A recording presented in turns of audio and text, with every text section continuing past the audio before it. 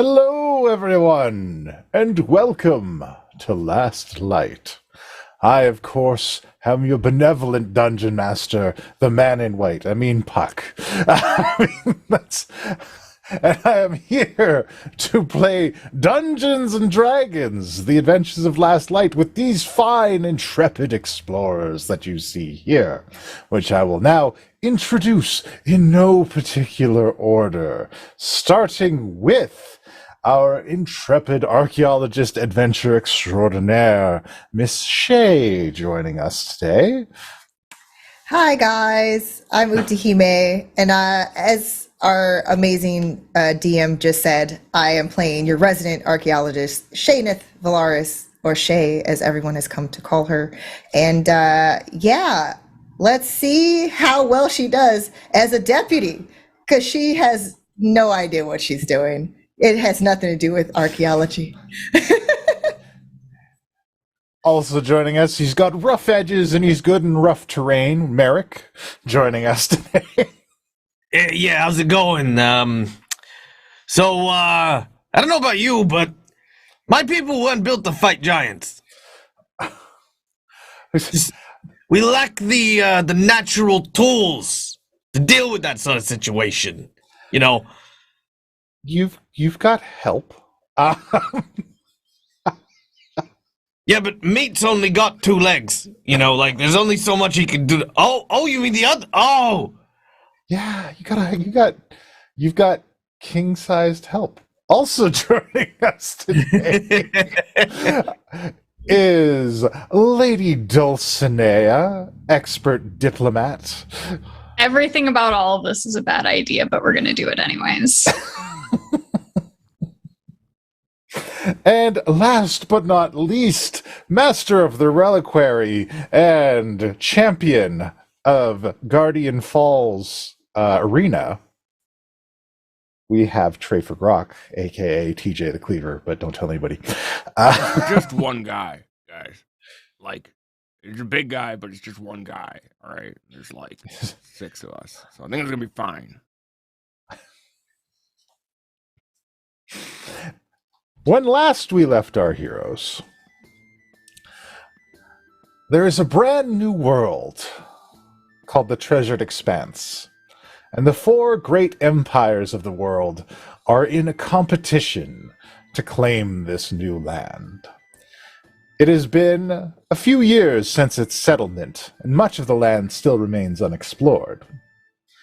So, a contest has been engineered to encourage the exploration, the search, for this continent's northeastern edge. One such team in this expedition, one favored by the movers and shakers of the empires, is our fine adventurers here. Led by Lady Dulcinea, they've been tasked with finding the Northeast Passage, the other side of this great continent. Their journey has led them through many interesting towns and settlements. They've met bandits, unusual, I guess, flora and fauna. It was a little bit of both. And a litany of unusual governors and heads of state and towns. We've also encountered many humble settlers, also on their way to settle this untamed land. But they have finally left all civilization behind, and have found themselves deep in the wilds as they travel to the last bastion of civilization in this untamed land, a distant fort known as Far Reach Post. As they journeyed, they came across the bodies of a few giants that was seemingly slain on the side of the road. These giants appeared to have been beaten in combat. Further down the road, they encountered a giantess, an enormous frost giant woman who identified herself as Captain Greta. Is she a fire giant or a frost giant? Fire giant. Did I say frost giant? Fire giant. She's a fire giant. She identified herself as Captain Greta, and that she was searching for a fugitive from the giant kind territories in the south. She has deputized your group in an effort to find this fugitive who has slain her two compatriots. And now, we join you in progress, searching for this particular compatriot, this particular fugitive, as you traverse the wilderness of the land known as the Fickle Plains. And I've lost the thing. Where's my button? God damn it.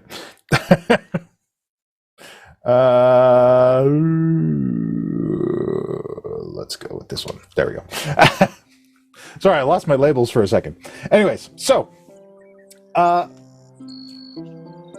Captain Greta is happily leading you guys along,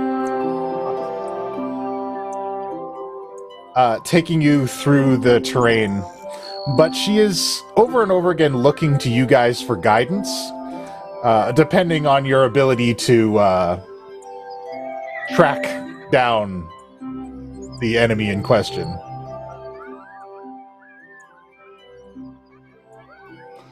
Sounds like Merrick work.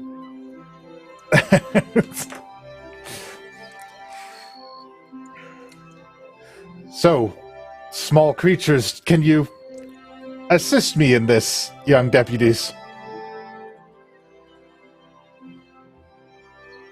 I mean, it can't be that hard to track a giant, right? I mean, we can track much smaller people and things.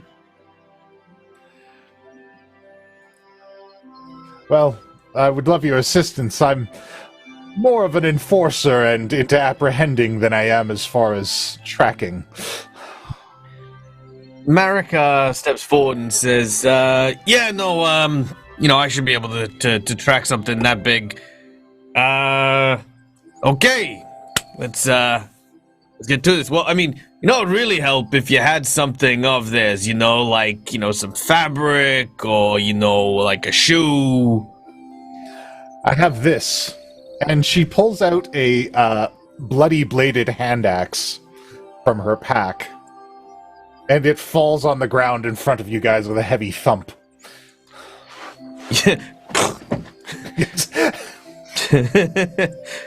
That'll work. This is the weapon he used to fell my colleagues.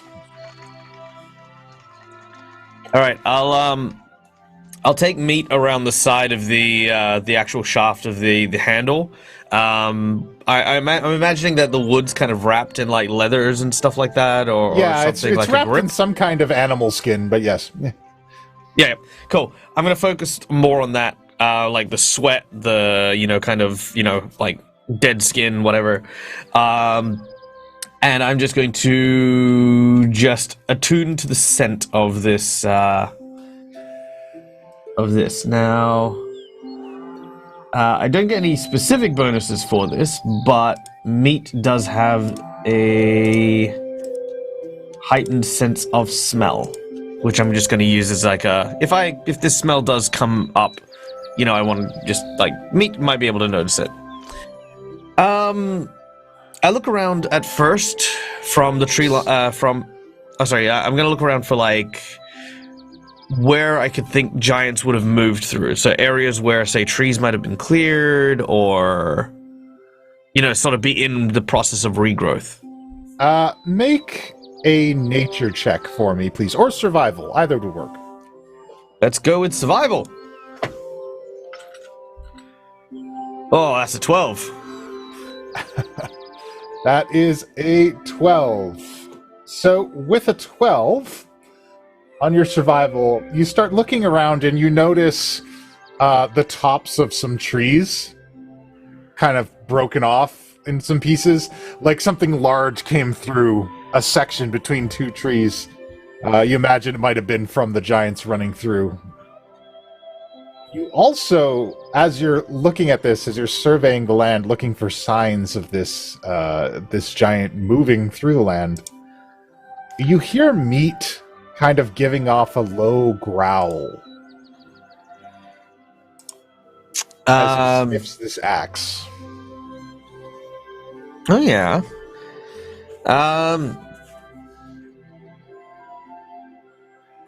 Hey, I think I got a lead on which way to go, but is there anything you want to tell me about this axe? Because Meat's getting all kinds of heebies and jeebies about it.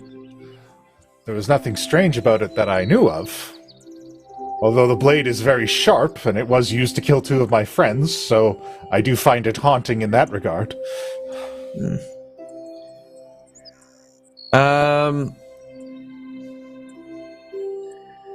If Look, you wouldn't mind, really quickly, Shay's gonna go forward to cast Detect Magic to see if there's something specific about the blade after hearing that All that right. might have magical properties or something, some connection.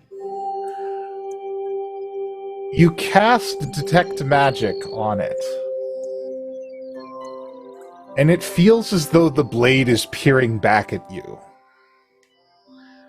You feel a presence within it.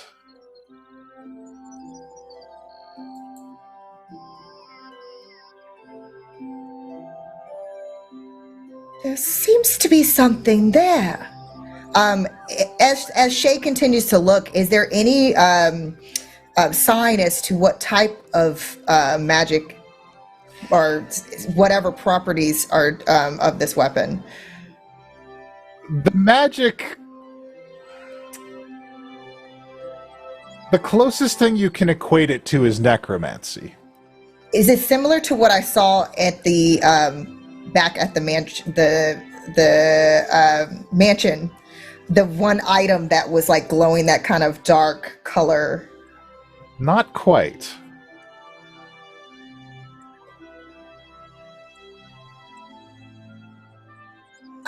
Lady Dulcinea, Yeah.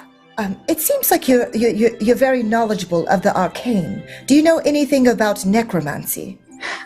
I'm not very knowledgeable about the arcane. Yeah, I really am not. I don't know anything about necromancy. Oh, I'm It's not sorry. my I field of just magic at all. You were able to do very interesting things that I know that I am not capable of, and I don't think Trafer or Merrick is able to do the same. So I apologize for assuming. Oh no, it's okay. It's just there's a difference between able to do something and knowing how you do it, and I kind of just do and don't really think. I see. Trafer, did you read anything about necromancy then when you were in the library? I mean, a little bit. It's not a extremely popular topic.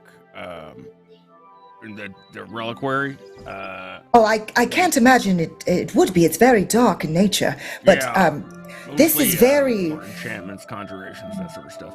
I mean, I can take a look. Why? What's going on with this thing? What are you seeing? There is something within this weapon, and that is the heebie-jeebies. I believe it. Merrick referred to it as. That is probably what's causing the heebie-jeebies. No, Is it like- Let's have a look. Is it like Beast Sword? I've seen an enchanted weapon or two in metal. Oh, definitely. Would I know anything about particularly necromantic swords coming from Melingar? Sound like a melon. Not necessarily. Like the binding of spirits or souls into weapons and stuff like that? I mean, definitely we've heard about that. It come up. There was discussion about this black market trade of using Melingar spirit advisors as kind of fuel sources for kind of magical enchantments. So certainly you would know about that practice, dark and frowned upon as it is. Does this seem like it might be in something of that vein?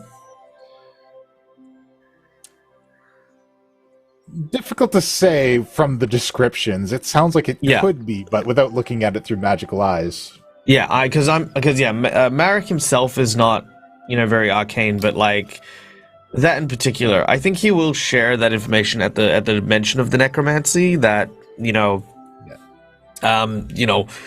Hey, listen.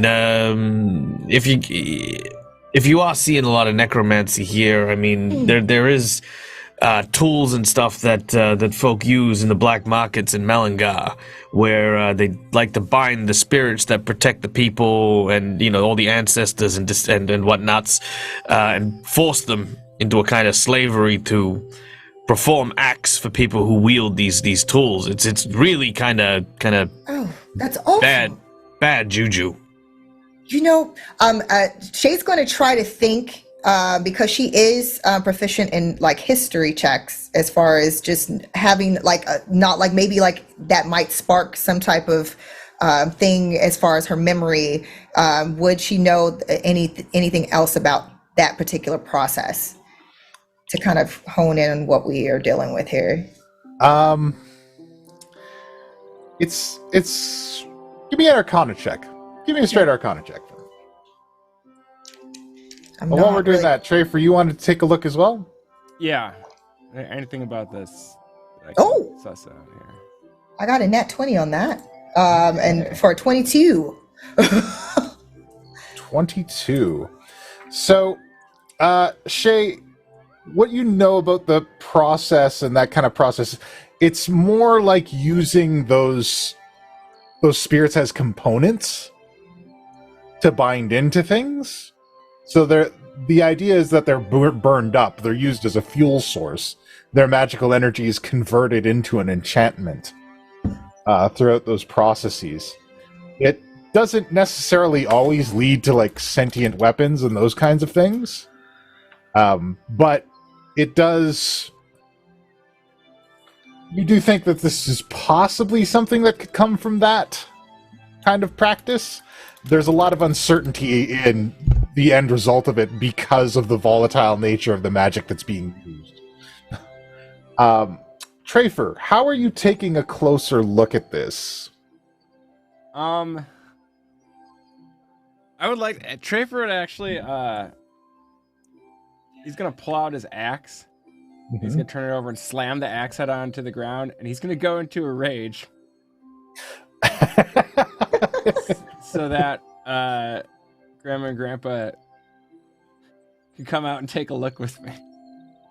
All right. Grandma and Grandpa come out. And they take a look with you. Yeah. And as your Grandma and Grandpa come out and start to scrutinize this axe that's laying on the ground, its shadow bristles and then takes off, darting between shadows in the distance. The axe's shadow? Yes. Oh shit, did you guys see that? Did you guys see that? And Shay, because you are looking at it through magical eyes, you see the magic leave the axe and start darting between shadows as it moves away. Oh. Is anyone else noticing that? Should we be following that? I think we should chase it. Trevor's gonna take off running after it. We're hunting a giant. Wait, Do not run wildly into the woods. 1 second. I will say that when he starts darting, Shay is casting Pass Without Trace. So there's almost like where there's this swirl of like, so out of nowhere, it seems like sand almost that's kind of like radiating from her as she tries to like keep up, even though Trafer is like way bigger and probably like already like almost gone, to try to stay within that 30 feet. So that way, if anybody is within that range, you get that extra bonus for stealth. No tracks. Almost as you get, like, Trafer takes off running, Captain Greta is right behind him. And it's like, thump, thump, thump, and then Shay casts the spell, and it's just quiet.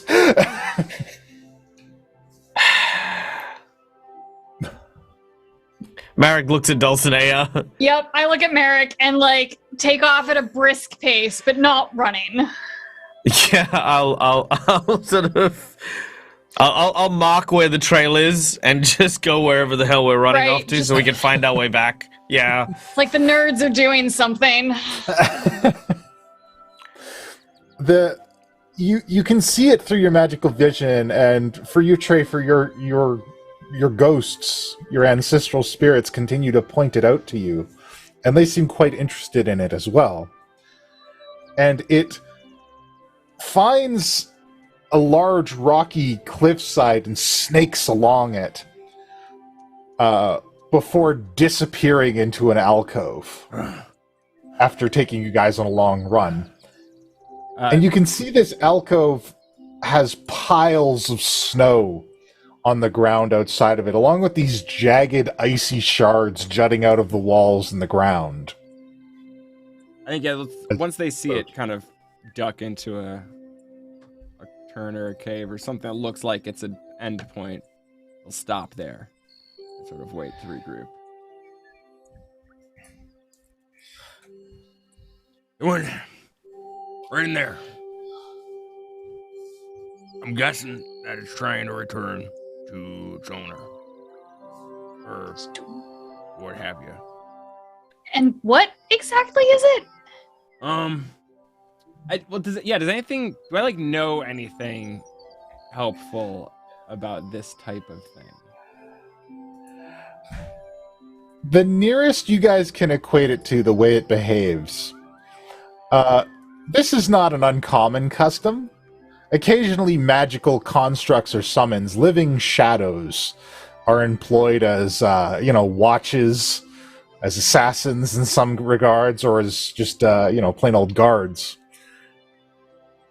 This behaves like one of those. Okay. So I don't know if it's guarding the axe, or if it was inside the axe and it ran off, but there's some sort of connection. I don't know if that means that the giant's here, but like there's lots of ice kind of in that corner, and they're not like around lots of other places. The rest of the place seems pretty melted. So I'm guessing this is a frost giant thing, right? Right? Yeah. Greta, Where are we in relation to the trail that we saw? This make another survival check for me real quick. Oh my god, what is with my rolls? That's an 8. An 8? This I have a +6. wow. Just so we know. Oh no. Woof. I'm really good at this, apparently. Love our tracker. Love our guide. I think at this point it's like I'm too busy just looking at these large jagged bits of ice. It's like it's way too warm. As far This as you makes no know, it sense. seems to be going in the same direction, but I will say Meat is sniffing around at some of the trees and the bushes in the area. Okay. I do trust Meat, because Meat obviously my partner, and if I don't notice something, I kind of presume that it's like, okay. Yeah, look, Trafer may be onto something. He's definitely in the area. Whether or not he's in this particular cave, the ice kind of does lean to that, but, it's not exactly like, the big fire lady here is walking around setting an inferno behind us. I turn around, is there an inferno behind us? There is not. Good, yeah. So one can assume the same thing with fire giants. You ain't walking around necessarily freezing up like big areas. But if he is in there, then we need to know 2 things. Number 1 is that whatever that creepy doodad thing from the axe is also in there. And that could be trouble. But 2, rule number 1 about fighting giants is you don't fight them in tiny enclosed spaces. Okay. Sergeant Greta, is there anything that would draw out this fugitive, piss him off, make him come out for a fight? I can try one thing. If he is inside. And she steps forward. Oh wait, are we doing this now? Because we should all prep for a battle then. If We're doing this. Oh, did you not want me to? no, I was hoping you might tell us what you were going to do first, so that we could prepare a little bit. My Right apologies. now we have the element of surprise. No, Yes, I could. it's going to be hard to attempt- detect us. I could attempt to call him out. I mean, the shadow thing may have maybe given him a heads up right now. but he probably doesn't know exactly how many of us there are and what we're capable of, so I recommend everybody except the sergeant hide until we're sure he's out. Can I suggest... Oh, I was going to say, can I suggest we just smoke him out? I mean, we build a big fire, we just blow a bunch of that really thick toxic smoke right in there, and not only will it hopefully choke him out so he comes back this way, but if there's any back doors, we'll actually be able to see it on the tree lines and see where he might be able to escape from. I'm taking a look around, like around the entrance above it. Is there any loose rack or anything up there? Give me a perception check. My perception is very bad. That's a 2. Yeah, it looks good. We're doing great, guys. Yeah. Real good. Great. Yeah, I'm not seeing any traps we could set there. I'm not familiar with this process of smoking out, as they say, but it does seem like at least a reasonable idea that Merrick proposed. Yeah, it works on bears. I've never tried it on a giant before. Never had to try it on a giant before, but Is could it work. similar to what they call a barbecue? The process? No, it doesn't get quite that hot, but like smoke rises, upwards, and even if he, sort of does not come out, the smoke will gather really, really high, and we can still function quite low, as long as we're careful with it and make sure that it doesn't get out of hand, because obviously we need to be able to deal with it as well. I see. Look, like I said, I don't know if whatever this guy, if he's a fugitive, he's clearly on the run. He might also be using this cave as a means to hide and then retreat. So if we call him out and he decides to go the other way, at the very least, the smoke will show us where he's coming out. Yeah. All right, No, it and makes I sense to me. cast prestidigitation and create a tiny flame, and I'm like, okay, how we do this? And Okay, well, I'm Greta gonna picks a tree, like a small brush, like out of the ground, and like hands it over to you, Dulcinea. Okay. Okay, I'll prestidigitate it. Real quick, Greta. we need a lot of greens, so get a lot of greens from nearby, and I'm gonna see if there's like a big fan or something that I could use as a fan to give to the giant to like blow the smoke into the cave. Does this guy have any like weaknesses that we can take advantage of? Did he take any injuries that you know of in the fighting so far, or Not that I know of. anything He is that cunning, particularly- though. Okay. He is unhinged. So perhaps we can take advantage of that. Okay. Yeah. All right. Oh, yeah, that's exactly what I wanted to do this morning. I wanted to fight an unhinged frost giant. It's fine. If you got some kind of plan, I mean, I imagine when he sees you, he's gonna be pretty pissed off and come at you, right? Especially if he thinks you're alone. Referring to Yes. If you are very small, you may hide Yeah. and assist me in fighting him. That's what I'm thinking. If you can kind of like stand in like eye shot of the entrance here, Yes. and then we can come at him from behind when he comes at you. This is a good plan. You are all capable fighters?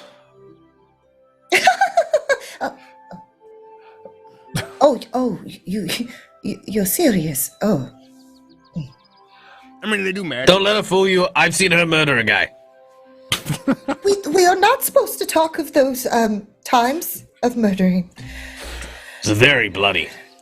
I do not want that funeral to be open casket. I can do a bit on my own, and she unsheathes her greatsword. Although my leg is still healing. All right. Wait. What about a trip line? This could work as well. Yeah, actually, I'll Oh, tie up a piece of rope to... What do we got that we can anchor on here? There's a lot of boulders, Yeah, trees, I'm thinking cliff just- wall. All right. So what if you come to like right here, like right this spot here. we can kind of stretch a rope across here. I'll be ready to sort of pull it. I'll come on over here. And he starts like kind of scratching out in the sand. Basically, what Trafer's thinking here is if he ties one end of a long rope to this boulder here, and then just kind of stretch it around this and just get ready to like pull up and create a tripwire. We're pulling a Hercules with Cyclops. Yeah, Absolutely. If Greta's like back here, she can draw him out, and hopefully we can trip him once we have him on the ground. We can bash him in the And I back of the forget, head, too. is there anything above that basically when he came out, if he were to fall, like something that could be pulled down to like cause the boulders to fall on top of him? I Like didn't see anything? it, but I got a 2. Couldn't find any structural weaknesses with Can it. I check? While she's gathering and Pointer is helping to give Merrick leaves in random shrubbery, so you'll just see where it's just like hovering. In your favor, the cold winds on the air has caused much of the leaves on all the trees to change color and dry up. Fantastic. Yes, I would like to check. Like while she's gathering, she's kind of looking at the structure of this cave on the outside. All right. Oh wow, we are doing too well with the perceptions. That was a 2. Luckily, I have a +9, but that's only an 11. It looks structurally sound. Darn it. Very well, small friends, my deputies. We have a plan. I will fan the flames. I have these large hands, of course. And I will attempt to call him out. I'm gonna hide. Yeah, I built a fire. Well done. I'm going to put that over here.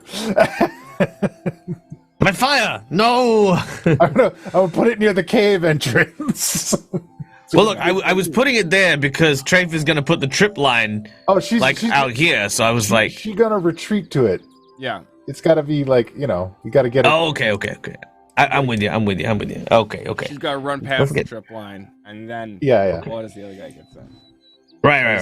Okay, yeah. Yep. Yeah, All Shay's right. gonna go wherever Lady Dulcinea and Merrick, wherever they're hiding, because I'm assuming that Trafer is helping with the holding of the rope or tying that, so he's probably on the other side, maybe, I don't know. Okay. I'm going to put a big pile of green leaves over here, Okay. and I'm going to have meat... Actually, you know what? I'm actually gonna build like kind of like almost like a little kennel kind of thing, and I'm gonna put meat just in it. So meat is effectively my fire starter, Meat. and I'm just gonna be dumping leaves and stuff. Yeah, just because you're a lava dragon. I mean, why not? And basically, I'm gonna be just like continually putting green leaves, creating more of that billowing smoke, and then trying to conceal myself behind this ice pillar here. Okay.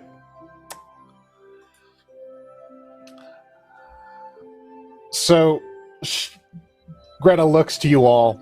Are you prepared?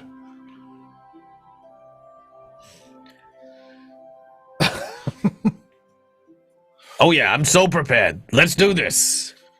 My life insurance is up to date, and I'm ready to die. No, it's a joke. No, I I don't would want to very die. much like to live, Mr. Merrick.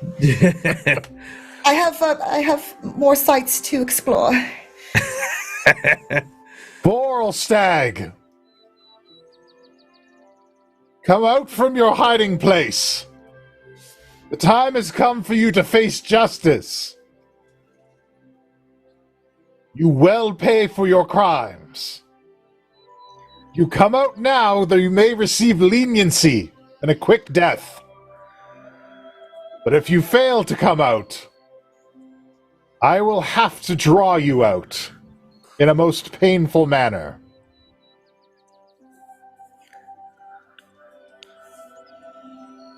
And as breeze blows through the cavern, whipping up some snow. Very well.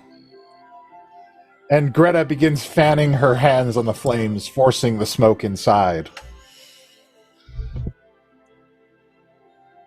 The process seems to take ages as the cave starts to fill with smoke. More and more time passes as you all sit in a state of readiness.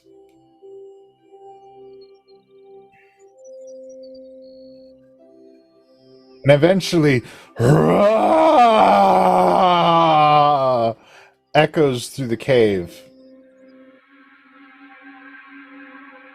And this blast of icy, sleety wind flies out from the entrance, quenching the fire instantly, encrusting shards of ice.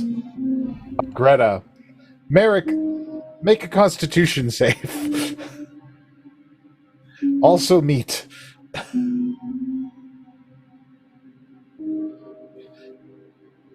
Oh boy, that was a good one for me. What'd you get?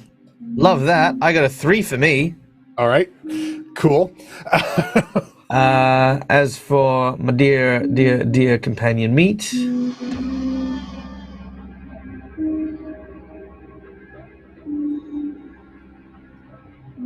I get a...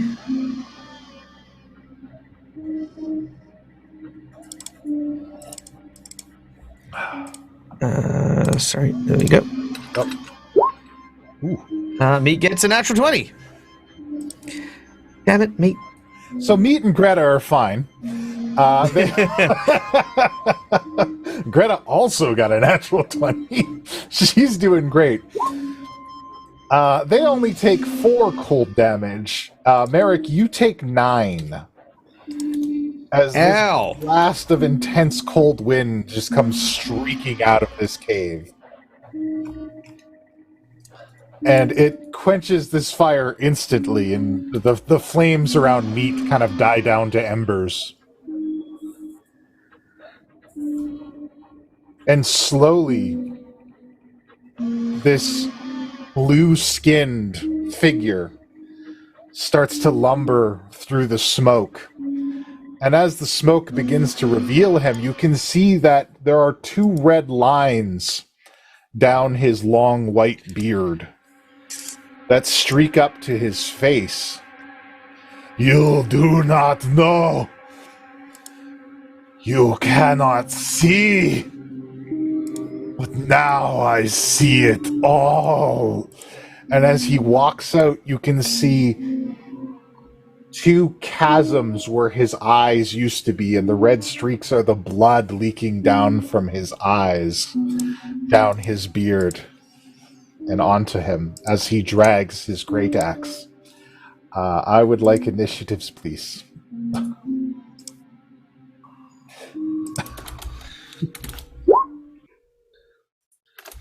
Awesome. That's a natural 1 for my initiative. Me too. Go team. No. Oh no! No, Shay is not meant to be first in initiative, folks. No. Is- Rangers are okay first in initiative. That's a dirty 20. Oh, thank God. Good. Okay. Someone's 15. doing 15 okay. for Shay. Okay. Yeah, but I'm in an ambush. I don't want to go first. Well, too bad.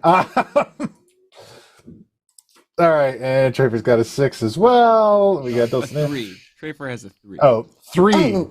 Sorry, 3 Oh. for Trafer. Oh my goodness. Oh. All right, and that is. Sorry, what was Shay's initiative? 15. 15. All right.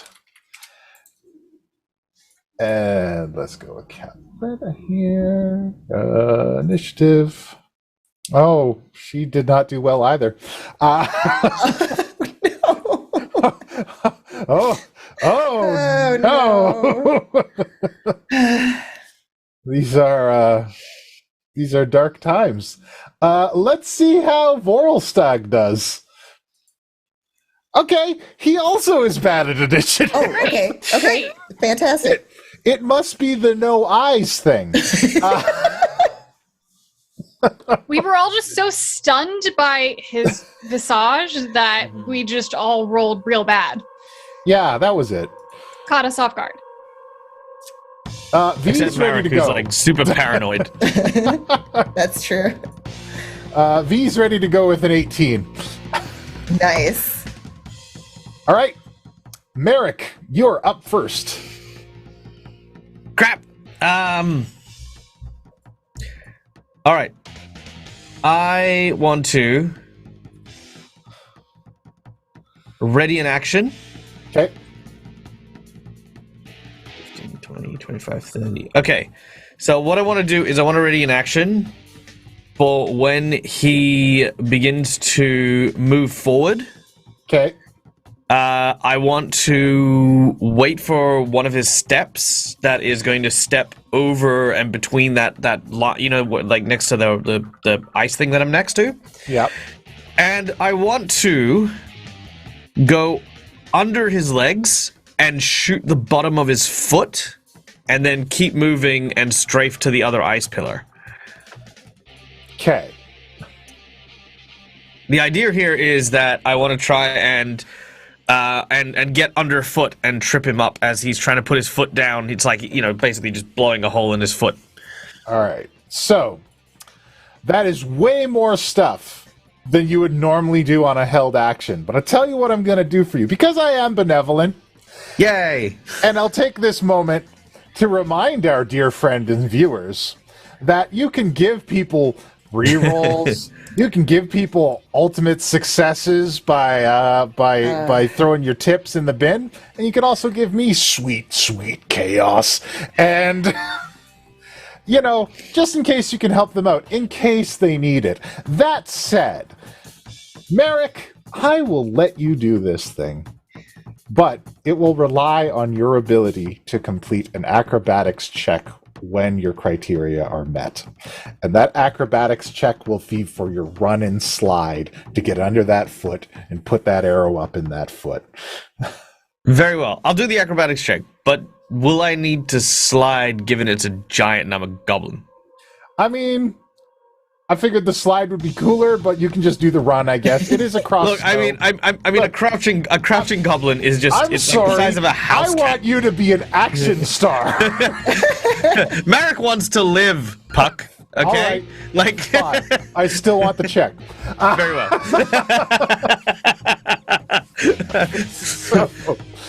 So All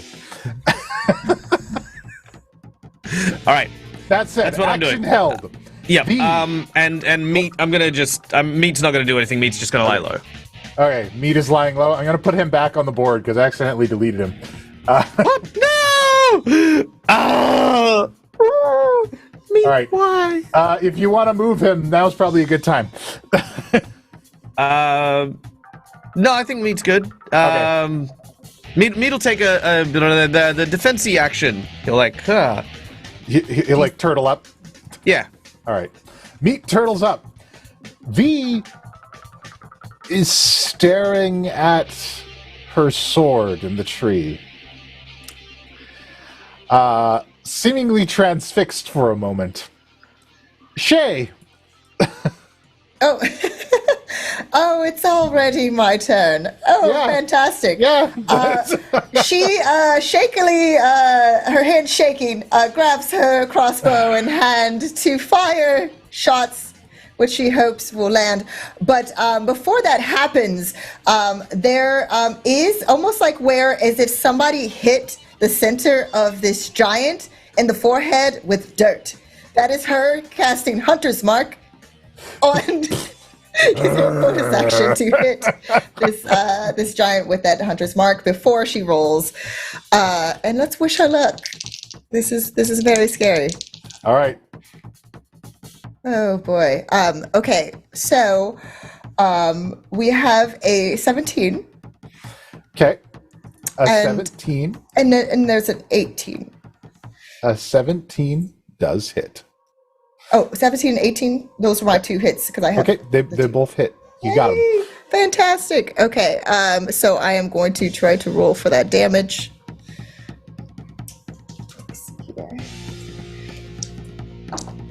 Okay, so that is 9 plus, let me roll for the hunter's mark. 9 plus 4 for the first shot. All right. And then for the second one, that is 7 plus that D4, 12 in total for the second one.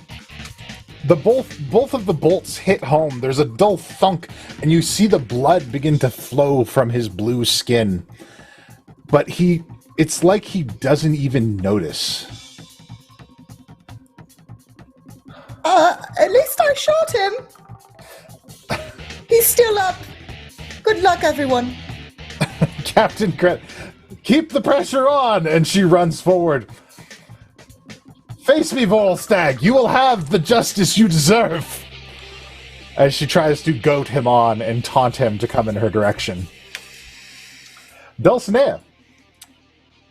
I'm going to break my cover to try something. I'm going to move up 30 feet to put me within 30 feet of him. Okay. I'm going to bonus action Unsettling Words. So his next save, he has to roll 1d8 and subtract that from it. Oh. And then I'm going to cast Suggestion. Turn yourself in peacefully to Captain Greta, and you can still live. And he needs to make a Wisdom saving throw and subtract that 1d8 from it. Very well.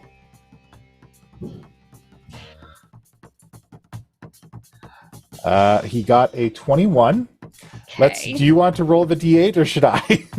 Oh, you do it so I can blame you when it doesn't work. Okay, that's fair. I appreciate it. Well, Minus 7. What's 21 minus 7? 21 minus 7 is 14. 14. 14. He misses because he had to beat a 16. So yeah, his suggestion was turn yourself in peacefully. Turn myself in. To Captain Greta, specifically. To Captain Greta. Should add that. I have gone too far. I've killed so many. And he starts to walk forward on his turn. Walking past you, Merrick.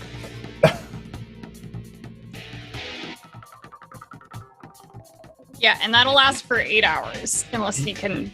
You gonna make your move, Merrick? Yep. So Marek is going to make his move. Let's go with my acrobatics check. That's good. That's a 21. All right. 21 is good. You do it. Give me that shot. All right. Did you say you added the gun to my character sheet, or do I need to... I did add it to your sheet. I didn't equip it for you, but maybe reload. I see. Because I am unable to see it. Bar? Bark indeed. I'm certain I airdropped it to you, but let me just double check. Pennies from heaven. Pennies from heaven. Merrick. Or unless I gave it to somebody else. In which case, my goodness, what a terrible thing I've done.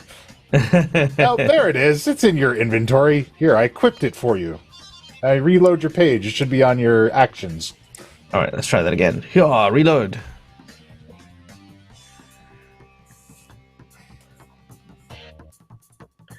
And yeah, there it is. Okay. Sweet. How about you?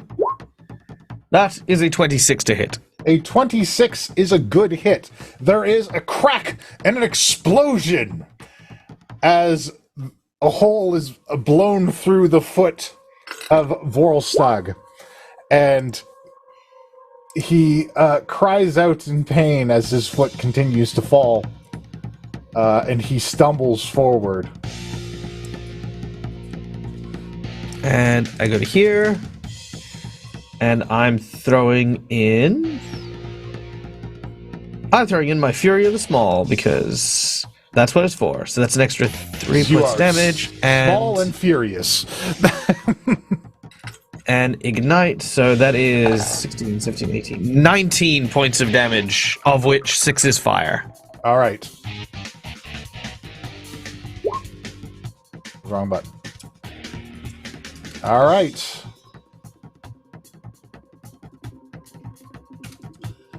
So he stumbles forward after the shot, and again, he is damaged. You can see the wounds on his body, but he seems to notice very little. And as he stumbles forward, he kind of falls to his knees in front of the captain. Turn myself in. I did what I had to. It bade me come. It bade me here to see the truth of it all. To see the truth. And he looks up with his vacant, empty eyes as he falls to his knees. And Merrick, you see the snow all begin to shift. Oh, yeah. And it comes together in these grotesque humanoid forms as it kind of swirls up in piles, and they have these bizarre jagged teeth and these kind of lumpy, lopsided humanoid forms that take shape in front of all of you. And they look aggressive. I won't say anything, but I will whistle to get people's attention. This guy's... Snow's moving, guys. Have I seen these before? Maybe no. in a small abandoned village somewhere? No, you have not. Okay. Just checking. These are new. And what's worse...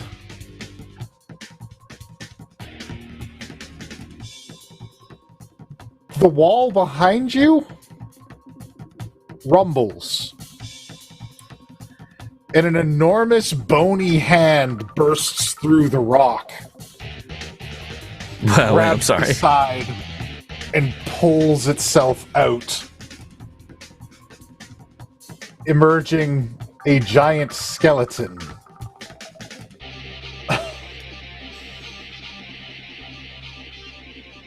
And I'm going to add that to it as well. Oh, come on now. You were working a second ago. Oh, right. I wasn't selecting the thing. My bad. There we go. All right. So now that everything's in its places now, we go to Snow Golem 1. And Snow Golem 1 just starts, like, arms flopping side to side, like Attack on Titan run, and just mouth wide open, bizarre, jagged, icy teeth, just flopping towards Shay and Dulcinea. And let me see the distance. It gets up to here, and then just with a swing of its arm, waves and launches a snowball in Dulcinea's direction for a 10. Nope. Doesn't hit you. Trafer! Draper's looking at the rope, and he's like, man, you know those stalactites by the door probably would have been a better way. Oh, shit! Skeleton! He drops the rope. He's like thinking about his rope plan. Wait! The ice shards! Drop the rope and grab the axe with two hands, smack it on the ground, wake the ghosts back up, and I'm coming at this dude. Starting All right. with great axe to the bones. That's an 11. It clacks against the hard bone shell of this creature. No damage. Is Yeah, it it does. miss? It misses. It does, And I'll you swing cannot again. penetrate its armor. How does a Uh, 17 do you? There we go. Now you got some bite to it, and it digs into the bone. All right. So that'll be 8 damage, and this thing and I are now in a tango. My ghosts are gonna make sure that this thing pays attention to me and fights me. What? Fight me! All right. One of them's like, "My grandson's gonna kick your ass." Don't you look at him that way. Next up, Snow Golem 2 also does the attack on Titan Run. Just charging up. And whips a snowball at Shay. Does Meat get an attack of opportunity? Sure. He was hidden. More or Yeah, less, in the so yeah. he was in the these little snow fireplace. golems don't seem to notice him in this pile of cinder. So yeah, Sweet. make an attack. Nom! 18 to hit. 18 is a hit. All right, and that is 7 points of piercing damage Very well. and 4 points of fire. All right. 4 points of fire. As it does that fire damage, a portion of this creature begins to melt and like sag down a bit, and it kind of like becomes more lopsided as it happens. And it kind of turns around.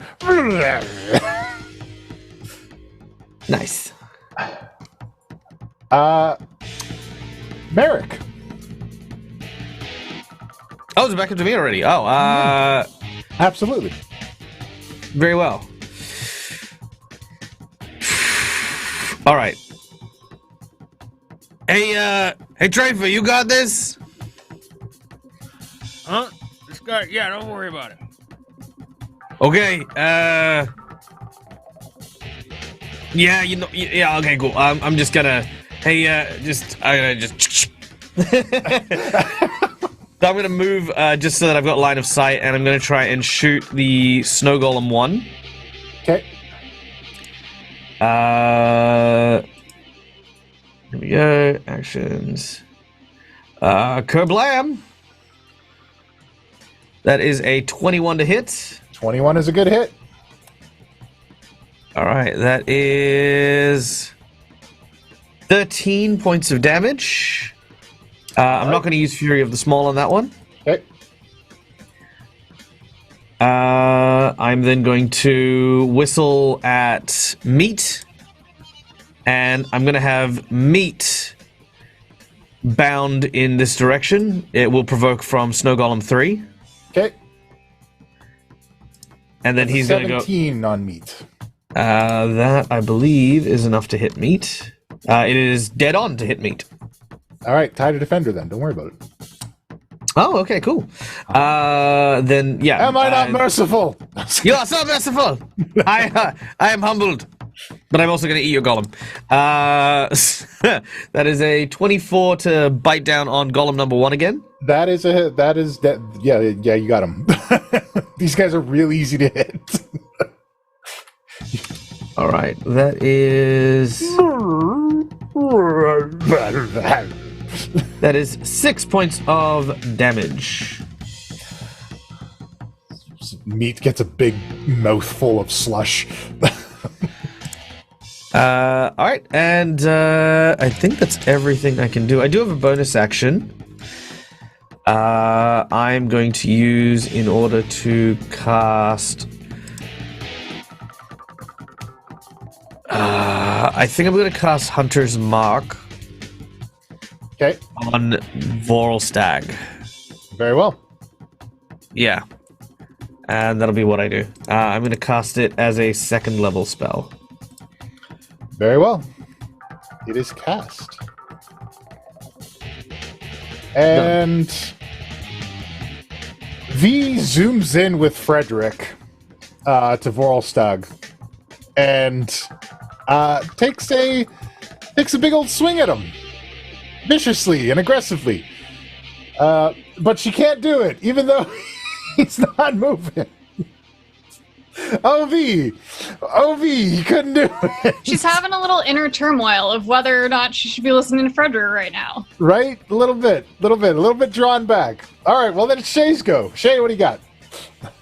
She's going to still focus on the large giant, even though there's snowballs, but she probably just thinks that that's just like after effect of like the snow that's kind of just around by all these things. She's very distracted. So she's going to focus her attack. This is probably fine. It's fine. She's going to focus on this giant being that she sees and try to shoot those arrows once again. Very well. Okay, so I'm assuming that a 10 would not hit. However, a 19 plus 7 probably would. A 19 plus 7 definitely hits. I'm really sad that was not a net 20. So close. So close. Okay, so that is 8 points of damage. That's with All right. also too including the hunter's mark that's still on it. Vorlstag just takes more of the hits, and he's just kind of swaying, and as he's on his knees, and he just keeps mumbling to himself, "I had to do it. I had to do it. Forgive me, ancestors. I failed you." I'm trying to figure out. I'm having trouble with my roll 20 at the moment. Barrel. If I were to go and like basically go behind where that rock is, like directly behind me in Dulcinea, Yep. would it still be within like 120 range? Oh, for sure. It looks Got like tons it. of room. It looks like I'm just Absolutely. making sure because Oh, for it's some reason about it's not working. 50 feet, yeah. Oh, perfect. Yeah. So she's gonna get out of dodge. She's just like, That's what want nothing to do with these snow beasts. Oh, what? Time to take cover! And then she's gonna go running to try to stay out of range. All right. Very well. There, I'll put you. Let me see here. Yeah, you can get right about here. Yeah, she wants cover. yeah. That's what's happening. You can get cover. We'll get you behind some cover. Greta just comes up. And it's great axe time. Or great sword time. She's just gonna make a swing. I'll just shackle him up. His punishment is death.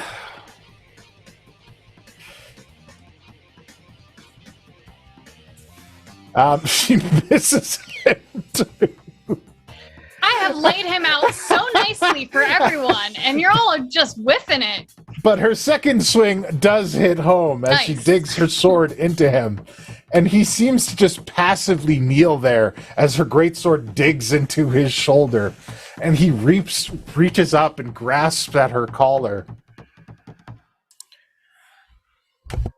They're coming.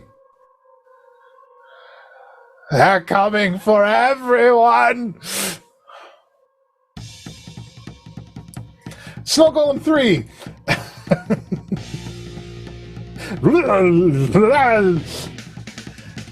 Comes charging up. And he's gonna go for meat. Arms flailing. And makes slam attacks with his big snowy arms against meat. And he makes 3 of those. So he's just like bapping meat over and over again with his big snowy arms. That's 12. 7, 6, nothing. Meets just side to side. No. Dulcinea. I say, I'm real sorry, meat, and I cast Thunderwave.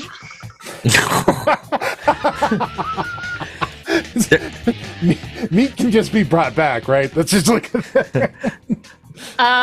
Yeah, it'll hit 1 and 2. I think 3 is just out of range of the 15 feet. So Very they well. need constant. Meat looks like a Labrador. Yeah. Oh. Now it's sad. But then again, he can just be resummoned. Meat also needs a Constitution saving throw.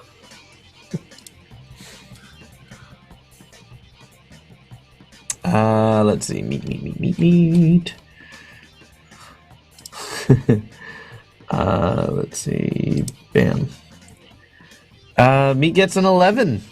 You all take 9 thunder damage, and everyone is pushed back 10 feet from Dulcinea, so 10 feet to the right. All right. Big chunks of snow fly off of these golems as they skid back and just kind of like topple over and then slowly rise back up. And I'm gonna move them to keep them a little further from me. I'm gonna go. I'm trying to figure out where a good place to go is. Let me measure. What is 60 feet from stuff? Oh, quite a while. Okay. We're gonna go over here. Okay. I've had other parties utilize hunter pets or ranger pets in this way. I had one. I gave them like a little bomb, and they like ran it. They put it on the ranger pet and like sent them in to go detonate it. I was like, that's terrible. They're like, I could just resummon them. They have feelings. Okay. Oh no, I just for clarity, I'm doing this Nuzlocke style. Oh. You're gonna nuzlocke your meat? I'm gonna Nuzlocke my Look, companion. his name is Meat. The name is an acknowledgement that he might die in the pursuit of your survival. Yeah, but Dulcinea, I'm a goblin. I am a monster. Oh. Anyone can be a monster. Well, clearly. So, great axe swing from this big giant skeleton comes down at Trafer. That's a 28, my man. For 34 slashing damage. I'm raging, but it's still a lot. As this axe comes down at Trafer, the ground beneath him cracks as it hits. As this frosty giant clacks its teeth. And then its head turns on its body, fully behind itself. And with glowing blue eyes, it stares at Merrick. And I need Merrick to make a Constitution saving throw. What's with these con saves? Calm down. Jeez. It's cold out. It is cold out. Well, that's a 7. Oh, no. I'm going to need to get the advanced dice roller for this shit. Yeah. You will have resistance to this damage, though. It is 38 cold damage, and you are paralyzed until the end of its next turn. No, I am unconscious and down. No. Even with resistance? You have resistance. Oh, with resistance. Damage. Oh, no. Sorry, I thought it was after resistance. I was like, yeah, okay, so 38, that's like, what, 19? Yeah. I am almost down. You are paralyzed until the end of its next turn, as you feel as though you're encased in ice, as this chilling glare rests upon you. Vorlstag is turning himself in. Snow Golem 3 breaks off and runs up on Dulcinea, but can't quite get there, so lobs a snowball at her. Yeah, The 19! hits. Yeah, that will hit. For 10 cold damage. Oof. That will provoke an attack from Meat, because it came after my action. Yeah, give him a swing. Alright.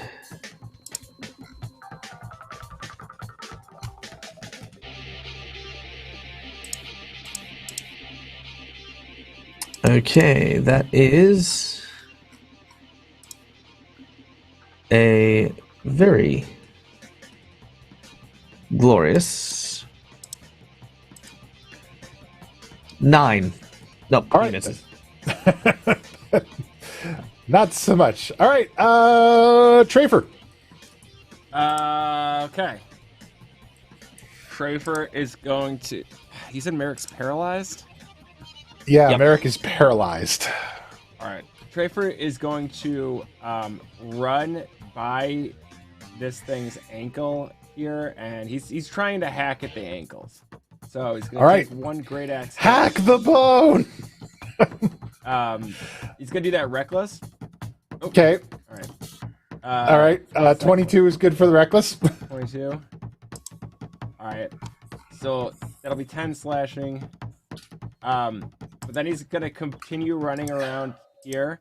And for my second attack, I want to just shove Merrick like this way towards the cave, just away from this skeleton thing since he's paralyzed. Okay. Very well. Kind of like bowl him, slide him along the ice if I can. Give me a strength shove. Just regular rolls.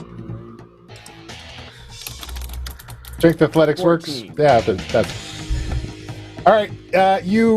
Merrick skids across the snow and ice for, we'll say, 15 feet, like a curling rock. Perfect. And just. Yeah, just nestling back there for a second so that he can recover without taking another hit, hopefully. Good save. All right. Snow Golem 1 tries to take some slam attacks against Meat. 11. A crit. A 13. That crit is a total of 23 damage.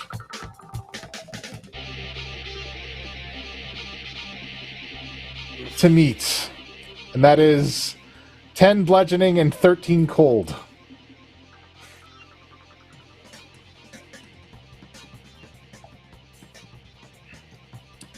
Meat dead.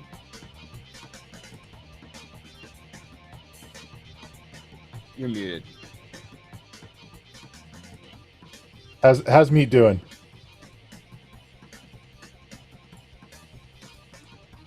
Mike, we can't hear you. You're muted. Sorry, he's got 10 hit points remaining. Okay. All right.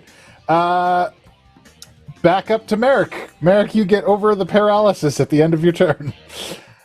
As the feeling starts to return to your skin and your bones. But Meat still got actions.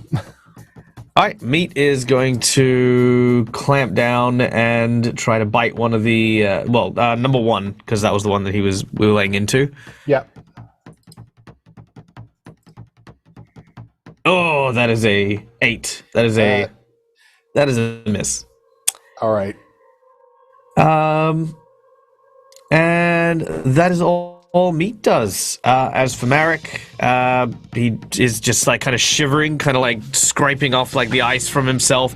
I'm also like sort of banging on the side of the gun to try and clear all the ice from the gun barrel as well, because I'm not a moron. Like just use it. Yeah, keep the powder dry, as they say. Yep. That's it. That's all I do. All right. V comes in for another swing with Frederick.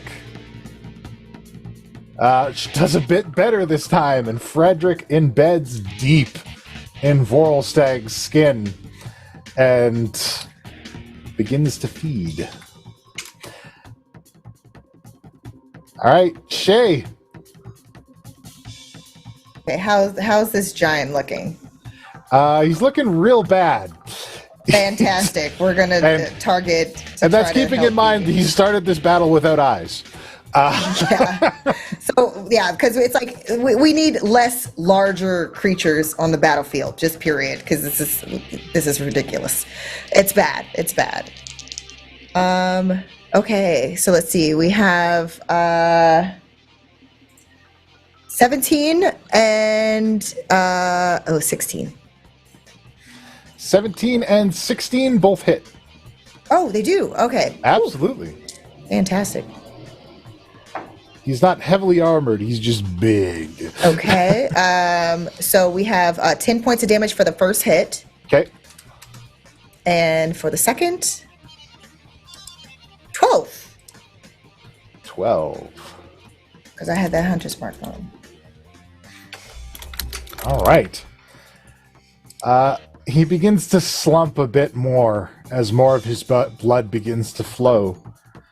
He's breathing in wheezes and gasps. He's still trying to grasp at Greta.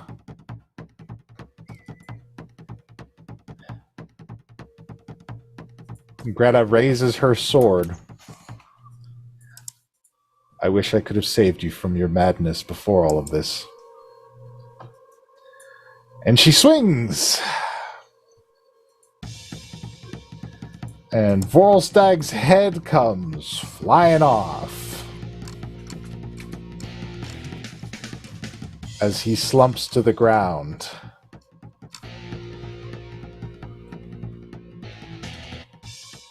Dead. And then she rushes over to try and help. Because she sees some bad shit's going down with the skeleton over here.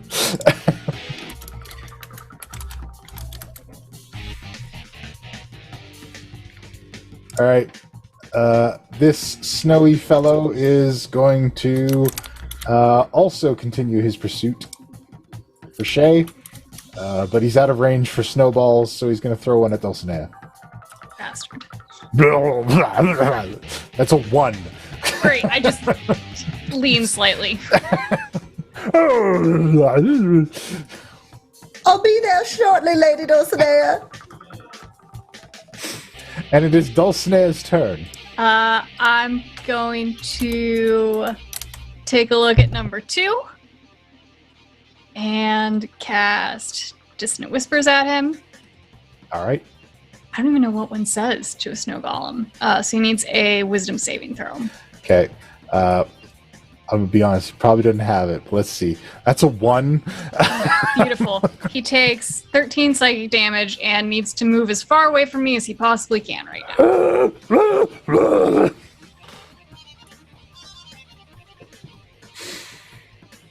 Just runs away, snowy arms flailing. And I am going to move. Where do I want to move? I'll follow him a little bit.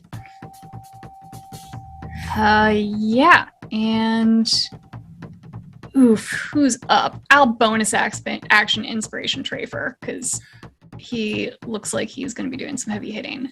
All right. So yeah. Good job taking on that one all by yourself. You got this. On the skeleton's turn, it pushes past you, Trafer. You can make an attack of opportunity on it. Yeah, I'm gonna make an attack of opportunity. 24. 24 is a hit. Can inspiration be added to damage? I don't remember. I believe inspiration is just for attack rolls, sir. It is. It's attack, saving throw, or ability check. So no. Yeah. 9 slashing at it. You crack into its bones and you just big chunks of it come off and it stumbles a bit and you can see it trying to like restructure itself to pull itself together. But it determinedly runs over to Vorlstag. Once it arrives, it places its bony hands on his shoulders and opens its massive bony jaw over the stump where Vorlstag's head used to be. And you hear...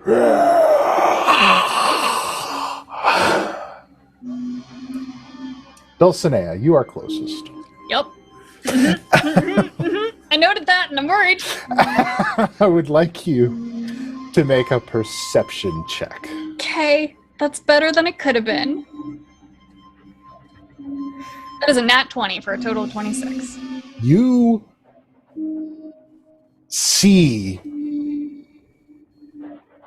something get pulled out of Vorlstag into the maw of this skeletal giant. As though his very spirit is being consumed. And as it disappears beyond the bony jaws, it straightens up, points at everyone, and it utters a series of cryptic grunts and clacks as it falls to pieces on the ground.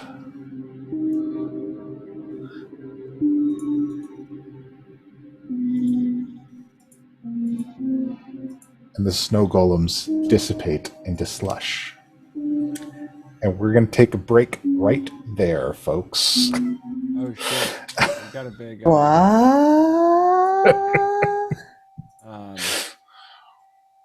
Well, You have a chaos. Oh! Uh-oh. Loaded I us up. guess we're going to figure out how to use that when I get back. Oh boy. And then that's also then 4 coins for everyone, Oh boy. right? Thank you. Coins for days. Yeah, that's right. All right, we're back in 15 minutes.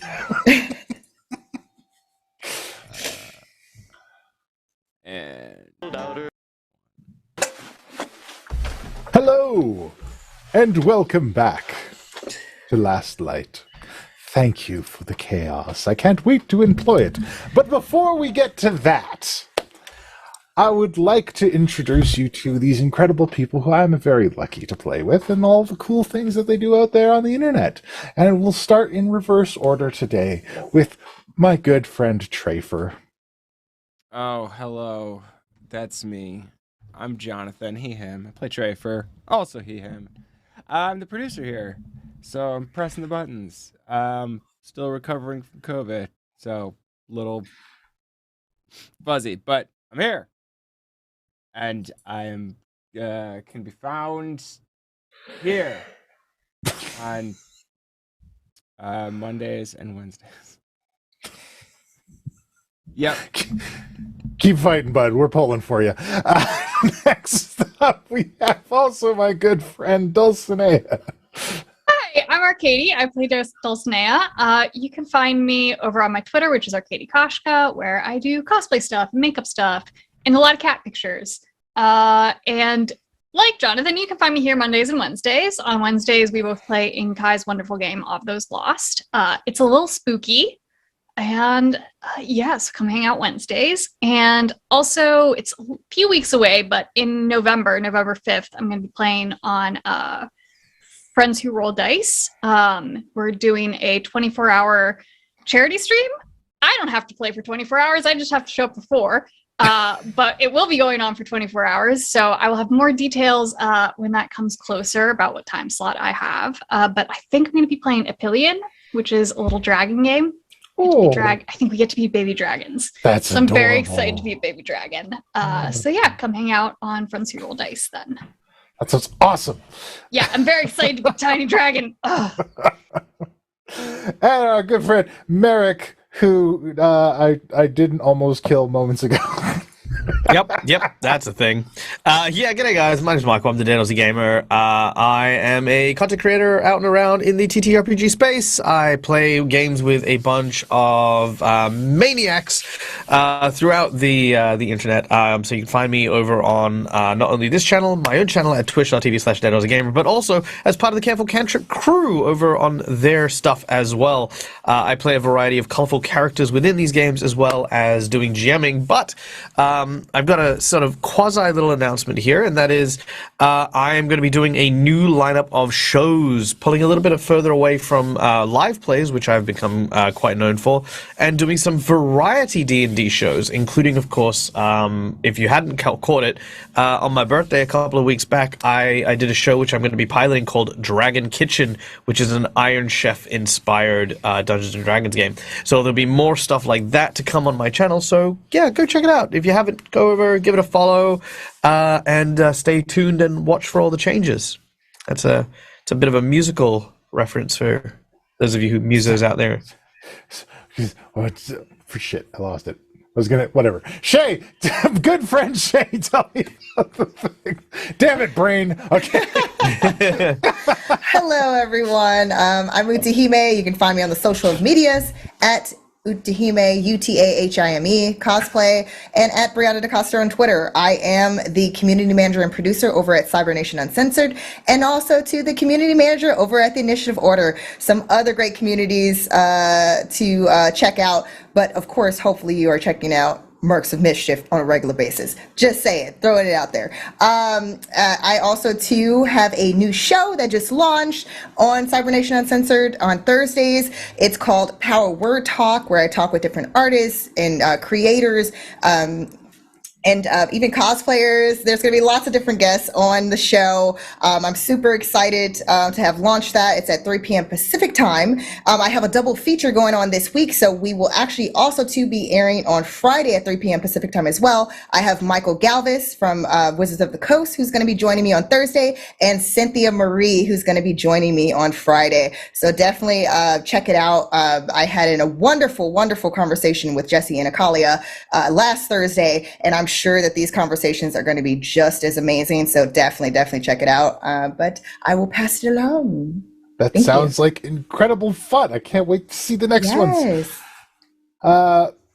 I'm Puck. I'm the Dungeon Master, guys. You know me. I'm around to talk about stuff and things. So I wear shirts and I talk on camera, and that's what I do. But you can find me on Monday nights where I get to DM these fine folks. You can find me on Wednesday nights where I get to play a cool character. I get to play in a game, guys. It's so incredible. And if you want to see my opinions that nobody asked for, you can head on over to my YouTube channel, Puck in Talk, where I've got the latest video talking about the changes to 1D&D. And I'm working on another one about our friend the Ranger, of which we have a couple in this game. And I hope that they will take no offense to the many things I'm about to say. Anyway, not about you guys specifically, just Rangers. I am offended, sir. But anyways, let's get back into it, shall we? When last we left our heroes, they had just finished a rather brutal fight against an unusual giant, a skeleton, and some weird snow monsters. And after this clacking, rattling proclamation from this giant skeleton, all activity has ceased as the bones crumble to the ground. As it does that, and having a front row seat to just seeing what it did, I make a beeline for like halfway between Trafer and Merrick. Okay. I'm like heading for Merrick because I know he's hurt, but Trafer's the one I'm interested in. And I press to digitate towards Trafer what I just saw it look like, because I can cast a small image. So I'm like, hey, have you ever seen anything like this? You do spirity type stuff, right? And I will show him the image of what was just pulled from this giant's corpse. I don't know what the fuck that was. Oh, okay. You got no clue then? Okay. And I'll turn to Merrick and cast Cure Wounds at second level on him. Are you sure that's what you're like? Merrick, he gets 16 hit points back.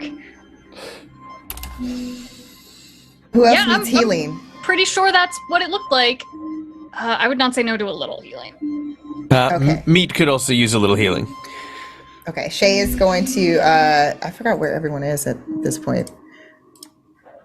Shay's going to go up to whoever is the closest to heal, to cast the healing. For you, it would be Meat. Fantastic. And she's going to do that. Let's see how many hit points we get back for our dear Meat. 9 points of healing.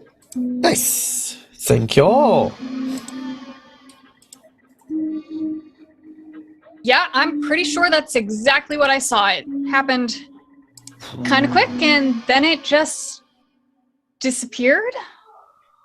I mean, look, I got these guys And they like start to recede back into the axe or me. I haven't established where exactly they Out live. of sight. Unclear. Flitter away. But like, even this isn't something we're big on, back home, so I haven't really got a chance to study any of the soul-eating type of magic. But does anybody know what he was talking about with what he's seen? Has he been talking about this for a while? Greta.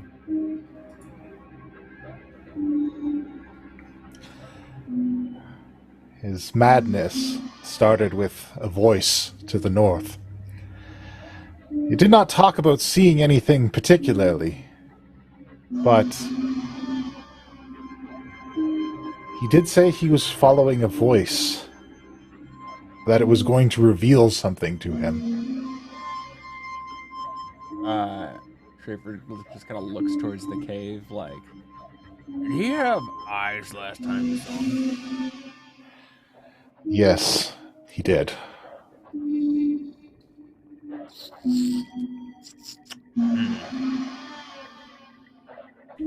Alright, well, I think we did our agreed upon job. Can we get our map and maybe go away from this place? Yeah, we need to. Lady Dulcinea, do you need some healing as well? I mean, yeah, nothing a good night's sleep couldn't fix, but yeah, I'm a little bit hurt too. Oh, come closer.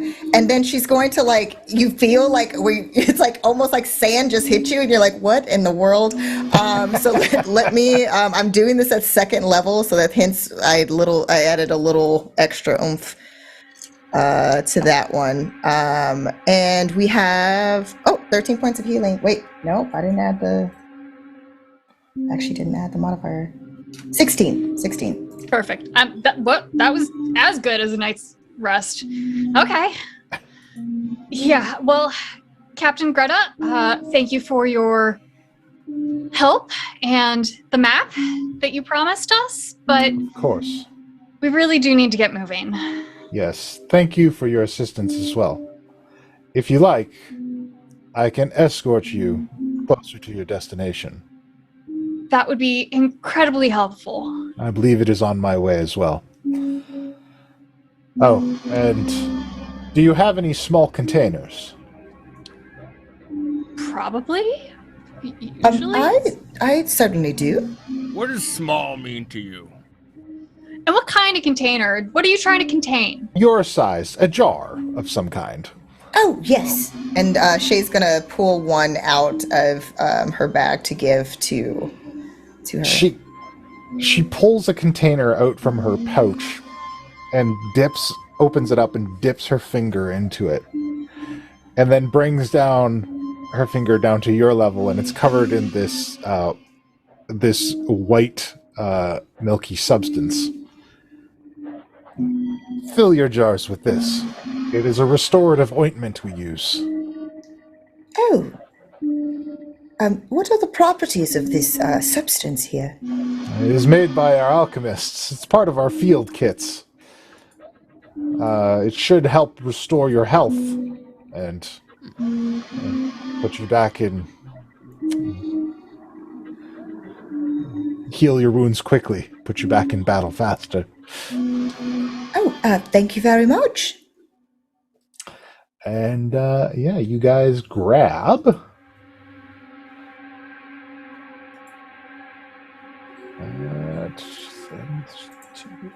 9 doses of this restorative ointment.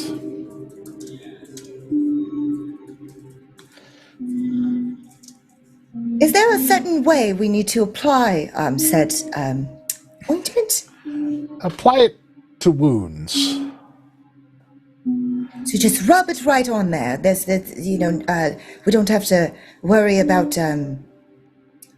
handling it a certain way or storing it. It can also stop some weak poisons and some minor diseases.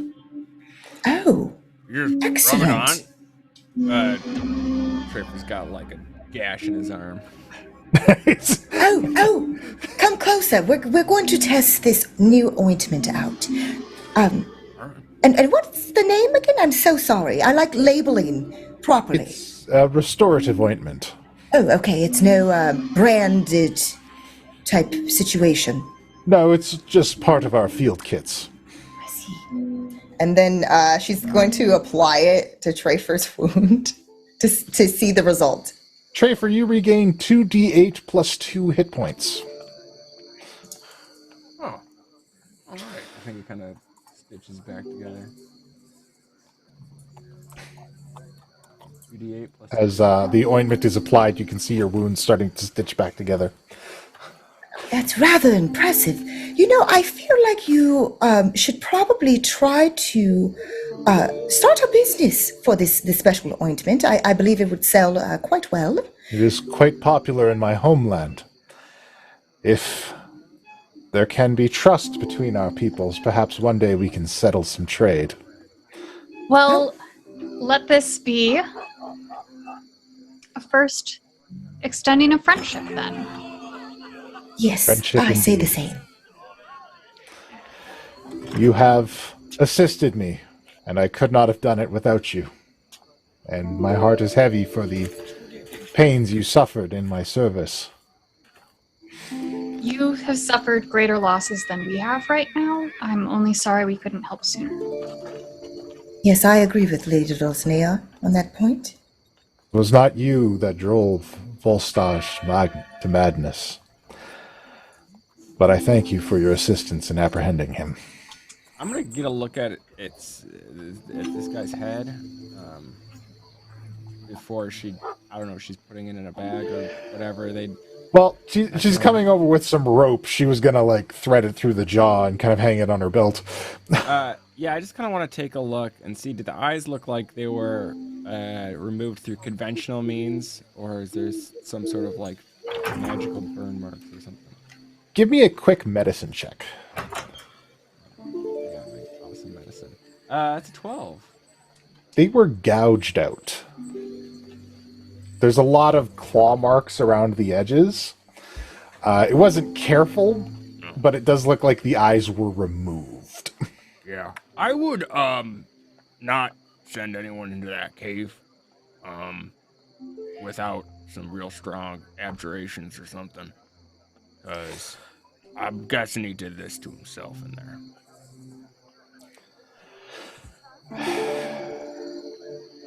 Perhaps this land is cursed.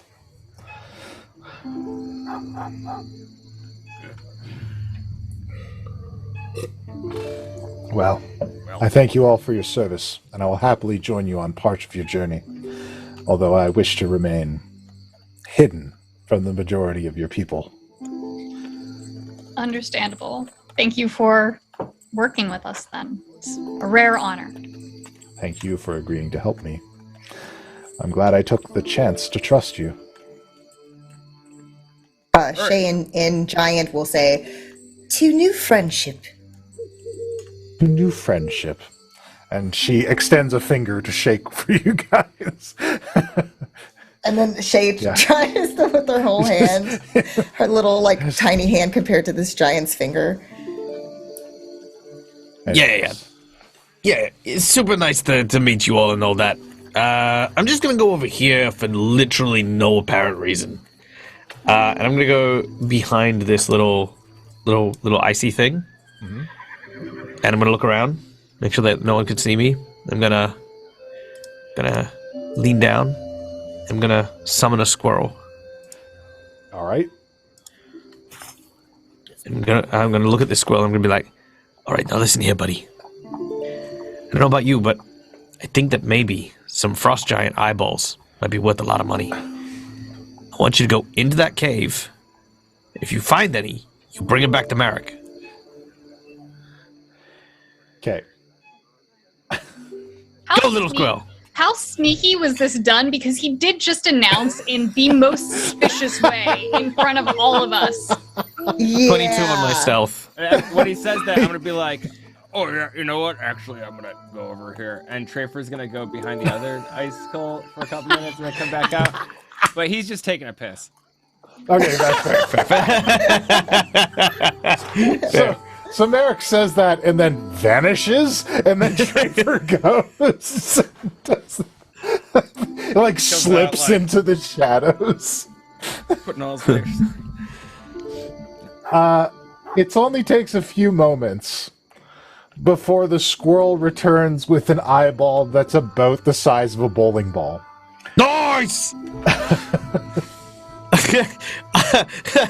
Okay. And he's I got no way he's to- not holding it because he's a squirrel. He's rolling it. Like pushing it. What are they feeding these squirrels out here for it to have this level of strength? It's very impressive. Never. Let's see. Its strength is holy shit. Its strength is 18. It's stronger than I am. That's incredible. Yep. It's stronger than I am, for sure.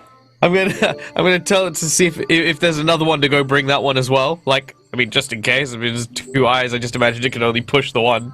All right, it rolls the other one over as well. Oh, nice. All right. I'm gonna go back to my wagon with like 2 bowling ball eyeballs.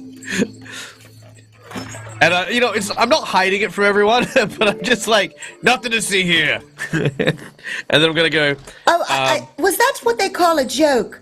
The scene because of the eyes. Lady Dulcinea, can you confirm? It was humorous, but I'm not sure it was intended to be humorous. I think you might have been more clever to pick up on it than he was to think to say it. Oh, I'm still trying to learn the difference between sarcasm, regular statements, and the jokey kind of statements.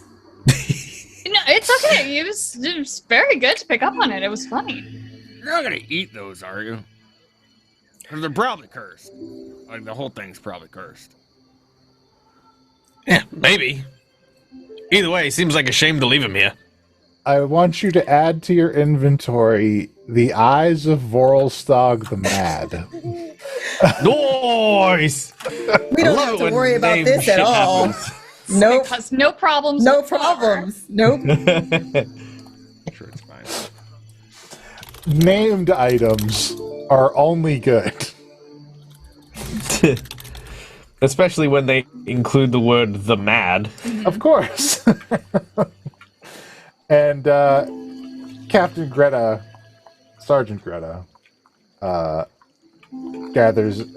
travels with you guys and is happy to escort your cart until you crest a hill and you can see down below you Far Reach Post.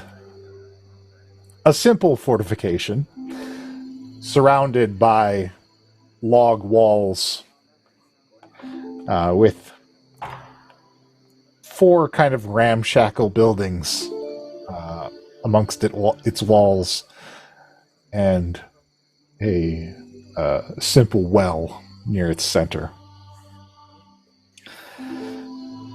As she leads you guys to this destination, she looks out over it, and this is where I part ways with you, I'm afraid. Understood, and thank you for coming this far. Thank you again for your assistance. Do you know what it said? The skeleton back at the battle. In theory, I do, but I can't remember. I know. I'm like, Can't remember it I was not able to but yeah, capture all of it. If I was right there in front of it, yes.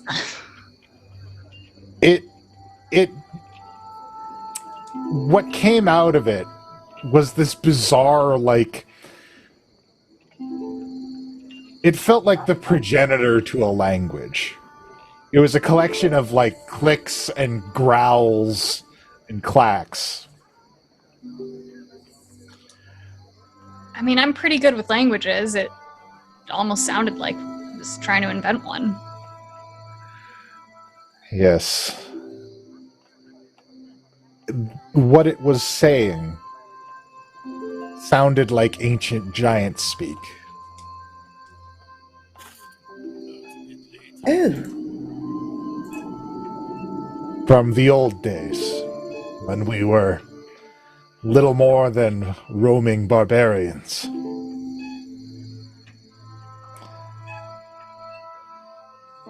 Any clue what it meant?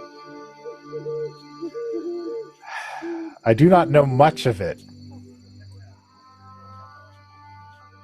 but it said something about the undying,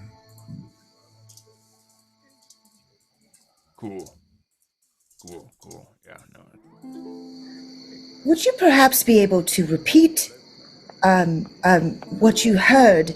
I did study the ancient giant language briefly. I might be able to translate the parts that you are having difficulty with. It's a long shot, but it's worth trying together. I'm afraid I am not that well learned. I'm an enforcer. I'm not good with language myself. I only know the bits of the ancient tongue that my father used to teach me. I see. My apologies that I cannot be of help then. It is all right. I wish you luck in your quest. Do be careful out there. Thank you. Hopefully our paths will meet again on friendlier terms. Yes. I see now that the people who have settled here are not without their merits. You are not what we fear you to be. And I thank you for dispelling my assumptions. I mean, not everybody's that cool. Case by case basis, But yeah, overall, we're probably in business. Of course. Well, farewell to you. Good luck on your journey. And she takes off into the setting sun, heading south. As you guys are free to move in on Far Reach Post, the last bastion of civilization between you and whatever awaits to the east. All right. As the cart approaches Far Reach Post, the large wooden gates open up, kind of creaking, pulled by large ropes by a set of guards that lead you into a rather sparsely attended fortification. You can see there are a few guards milling about. The two largest buildings appear to be full of accommodations, while one appears to be a trading post. And it has it has a simple carved panel hanging from the door showing the sigil of the Royal Saskatoon Trading Company, this being the farthest eastern post that exists out here. A hobgoblin of fine dress approaches you all. Pleasure to meet you all. I am Theodore. I am responsible for governing Far Reach Post. And thank you all for joining me here. I trust your journey was acceptable. Thank you for having us here. Our journey has been difficult, but isn't it always out here? I don't know. I don't get a lot of visitors. But I'm not going to complain. I'm not going to complain. I am doing my best out here in the woods by myself. If Saskatoon has their way, we'll hopefully find passage to the east, and soon Far Reach will be a bustling metropolis.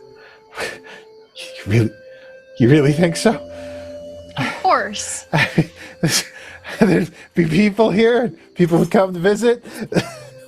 Yeah, I don't see any reason why they wouldn't once things are a little more settled here. That would mean that... Yeah, that would mean my dad didn't send me out here to forget about me. Yeah, you just got to figure out how to make people stop dying. Oh, that. I mean, it's a kind of a deterrent for a lot of people. Are people dying out there? Yeah, yes, it's quite, dangerous. Lots of dangerous creatures, beings of the Which sort. is why we are so happy to see you, because it means so much to us that you're out here taking care of us. You're here to fix it, right? You're here to fix the things that kill people, right?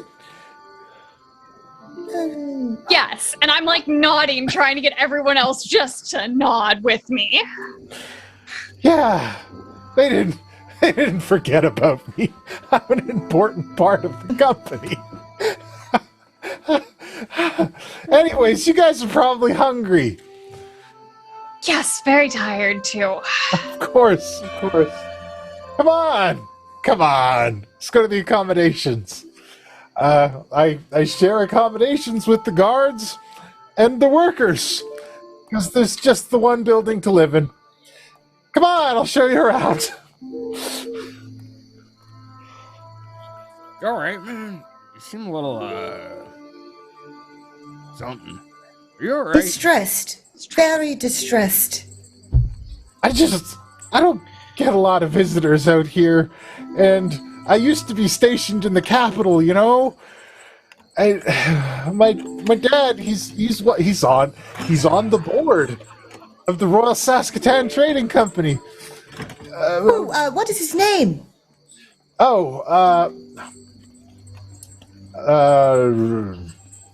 Teddy Rexley. Oh, Mr. Rexley. Yes. I'm sure you are very aware of who I am and my parentage. Yes, I'm very familiar with Mr. Rexley. A kindred spirit. You know what it's like. Yes, except I actually enjoy my solitude.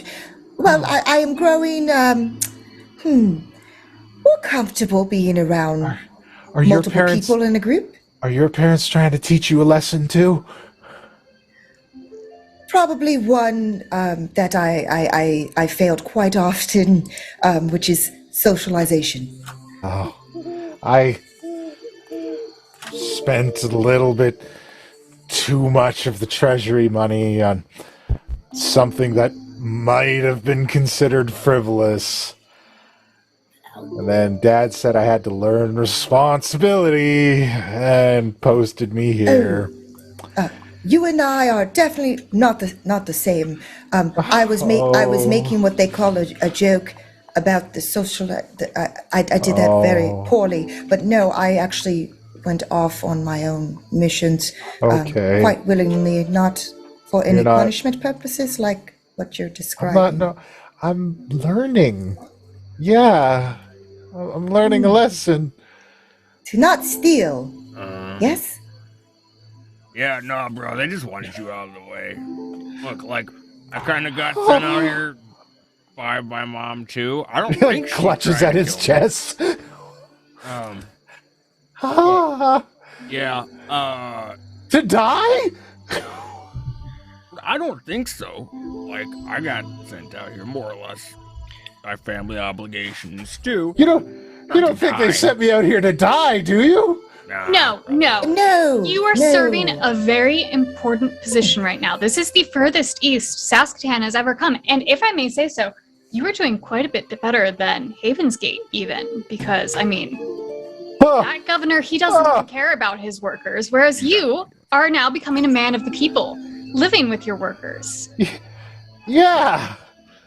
All right. If they wanted you to die, they wouldn't send you out to an outpost. They'd just, like, they probably would try to send you to find, the other side of the continent or something, you know. Marek looks over to Meat and just sort of whispers to him.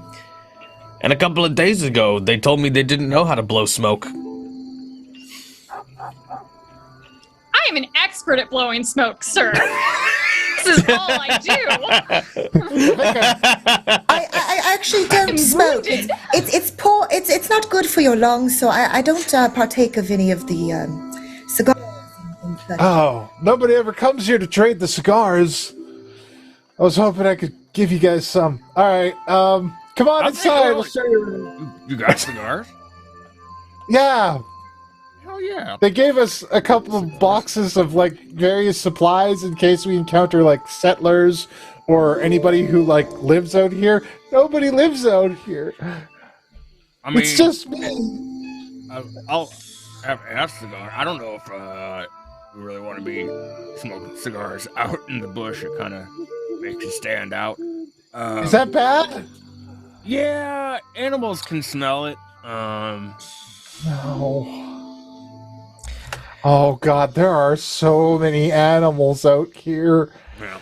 Come inside, come inside. I'll tell you at dinner. He just like brings you guys in, and it's this big long house, and it's like have you ever seen like somebody convert a warehouse into a living space where everything's just like wide open and out there? That's what it's like inside this house. It's walls, windows, and a door, and then inside is just like tables and hammocks and bedrolls and like a cooking and eating area. It's all very wide open. This is actually kind of nice. It's like an entire town in one building. It's kind of cozy.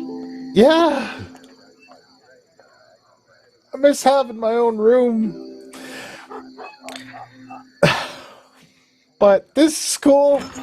This is nice. Hey, you guys are doing the work. You're doing the real things out here. Exploring the land.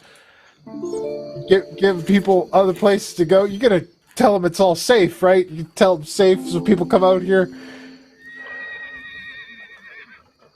Right? That is the intention of every country in the nation, is to make this area safe. Awesome. That's good news. That's such good news. Such good news. Oh, the winters are the worst.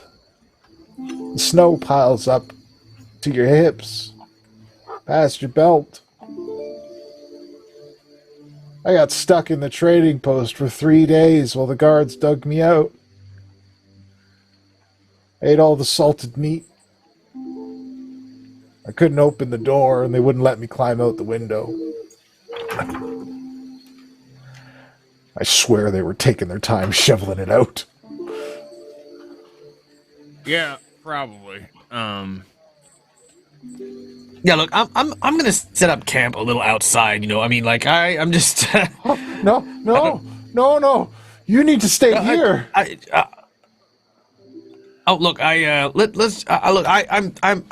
kind of more of a, you know, like sleep under the stars kind of bloke, you know, like it's my ways, you know, we're goblins, and we like burrows. I have such a nice courtyard. You should stay in the courtyard. Please don't leave the fort. Merrick, it is probably safest if you're a little closer by. We are right on the edge of the wilderness. They got big shaggy white cats out there. I sort of whispered to Dulcinea, is it really, though? Yes! There's four walls here. Isolation makes people go cuckoo nanas. And this guy ain't firing on all cylinders. He's been out this far too long, and he ain't built for it. Does he seem like the kind of guy who knows how to use a knife, though? No, he seems the kind of guy to be painting bloody handprints on volleyballs and having very long and deep, meaningful conversations. I look up at him. Still don't make. Can I do an insight check on Theodore to see exactly what kind of cuckoo nanas he is? Absolutely, you may. Oh, that's a nat 1 for a 10, which is still like okay. But it is a 10. It is a 10. I'll accompany as well. And this is a desperate Okay, that's man. a 25. You both can see that he is a desperate man. But, like, he's just so happy to have people to talk to, but he's just grasping for hope. Look, I don't think he's gonna go crazy and kill anyone because he needs them alive so they can talk to him.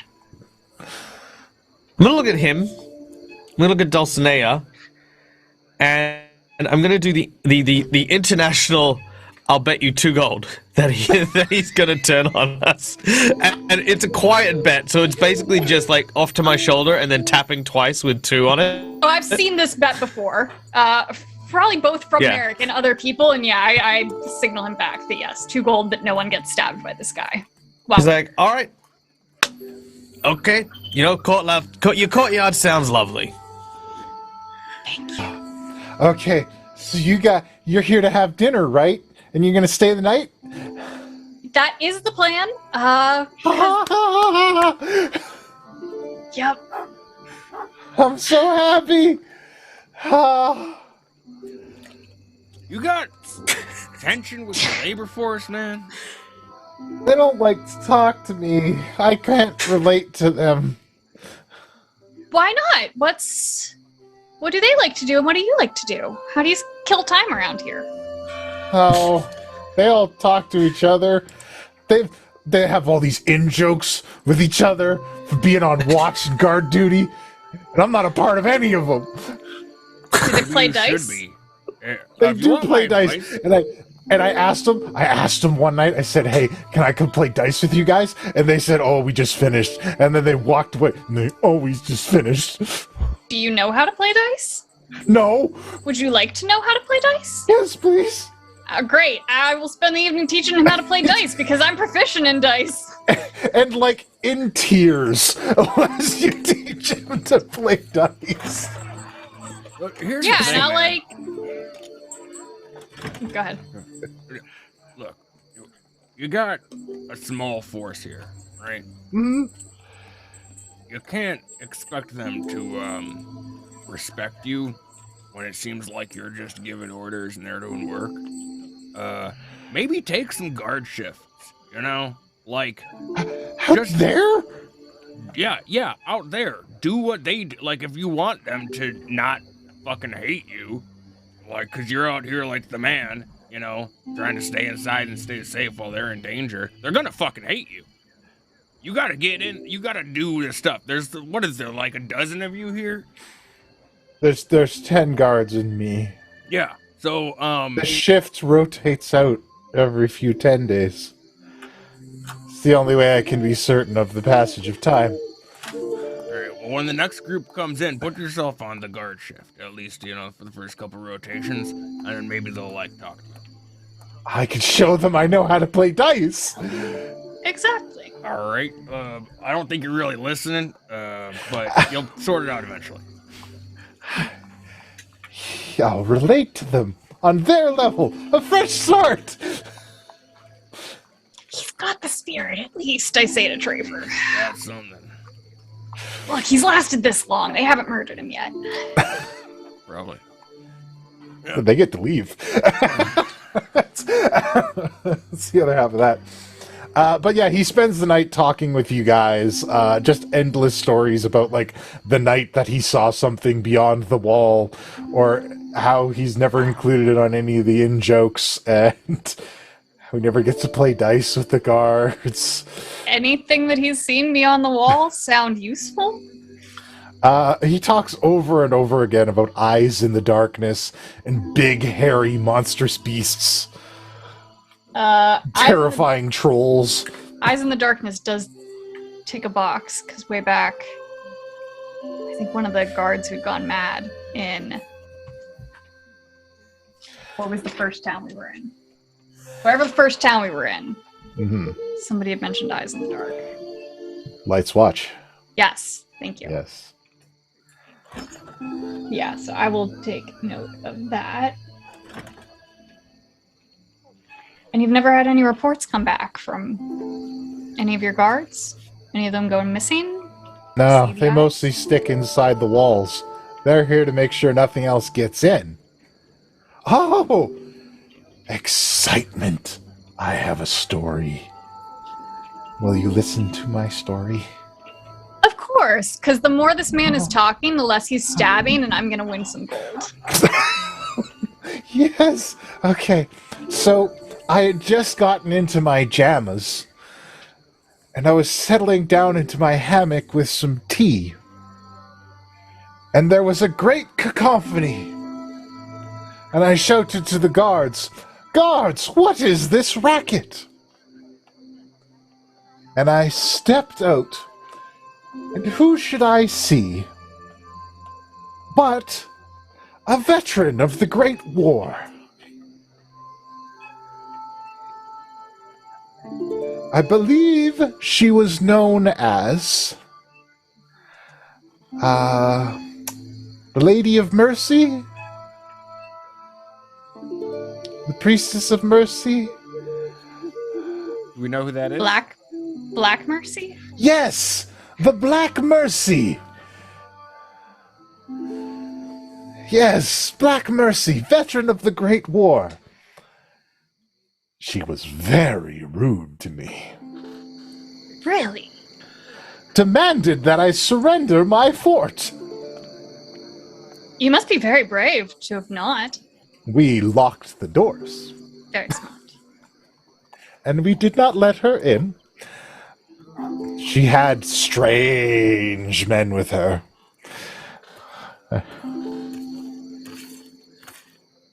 Strange how so? Some of them had extra limbs.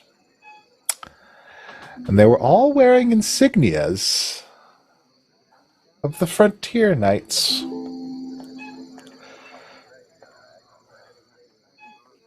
Well, you're not the only one that they've been causing problems for. They couldn't get into our walls. Too strong. Although That they is did genuinely break impressive. some of the logs. We had to do some extensive repairs, but If that's all you lost, count your blessings. I faced them down. I barely hit it all. Where did they go afterwards? I saw them move to the east. They're probably dead. Let's hope. I hope so, too. That was the most exciting thing that happened in a year. Well, soon you will have the excitement of being able to tell everyone who come visits that you hosted the party that found the Northeastern Expanse, and That is a good story. And you guys are gonna make it back, right? yeah, of course. Man. And you'll tell my dad what a good job I did, right? I'll tell the Empress what a good job you did. And I'm like writing notes. And yeah, and you talk to the CEO, right? Right? You'll tell him that I need to be reposted. Yes, we will recommend a promotion, perhaps. Yes. To another place, closer to people. Of course. Yes. Lady Dulcinea. Yeah. I don't think we should be promising that. Remember last time when I trusted that someone was doing a good job and I was going to write them a review, and we saw how that ended. Shay, I'm gonna let you in on a little secret. I have very little power here. You can just tell people what they want to hear. And then it's not your problem once you leave. Okay. I So can- is this again that reference of blowing smoke? Yes. But there's always some level of truth to it. That's what makes the best lies, is I will recommend him to the Empress. I think he's done a genuinely good job here. Staving off Frontier Knights is hard. Maintaining guards and workers this far east is hard. Is he the best? Probably not, but he should be commended. So there is a sliver of truth, along with the smoke that is being blown. I see. Mind you, DM, this was also too done in Leonin. So Yes. that they couldn't understand. Yes. No, you know what? This is an Elvish. I don't think you speak Let's Elvish. go. Even fewer people here speak Elvish. I'm like, any language he does not know, that is what we're speaking, because we Correct. speak several languages. Very well. Once you guys are finished, she said, "Oh, my heart, you have done me a great service. May I supply you with my recommendation letter, and you can just sign it. It'll save you the work." I'm afraid I do have a very specific way of writing and speaking. Of course, I can confirm that as well. Of course. But feel free to send me your resume and your CV, and I'll look it over and play into your Written. strengths with it. I have written many letters to Mr. Walpole, I assure you.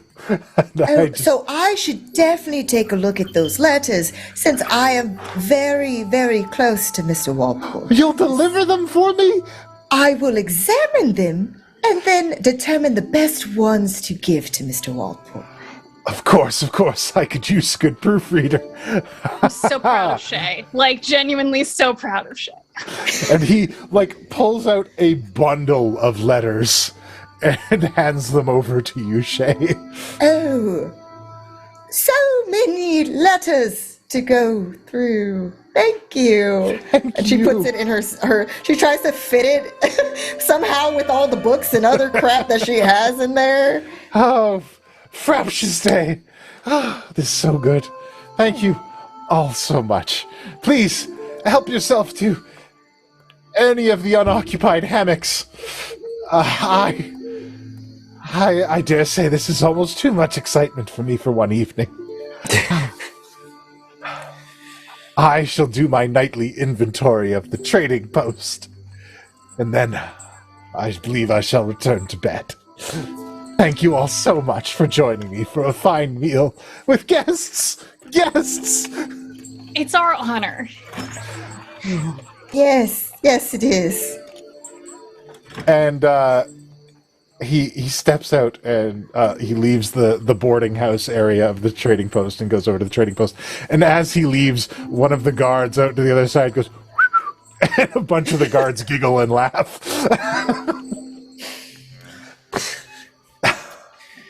Trevor's probably mending his coat. The skeleton's cut marks. But when he gets a chance, he'll go talk to some of the guards. Hey, where's that guy? He's been out here a long time. Seems like it. I'm surprised he's still alive at this point, honestly, from the whole general demeanor of him. Not a lot happens out here. I mean, that's good, right? Makes your job easy. Yeah, it's pretty quiet. Other when the Frontier Knights tried to raid us. That was a bit shaky. Yeah, he was talking about that. You run into... You guys kind of rotate through posts and stuff, right? Yeah. That was shortly after we rotated out. So everybody here was around during the attack. You running into those guys a lot in, like, different places and stuff? First time I've seen them this far east. I'm normally posted down in New Haven Plains. But I took this post up because the pay was better. So I threw my hat in to volunteer.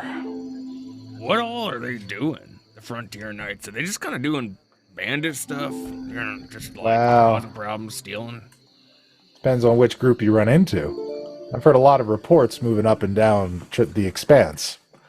I've heard some groups, legitimate trusted law enforcement, look after settlers when they're finding new land out in the sparse areas between, Guardian's End and out here at Far Reach Post.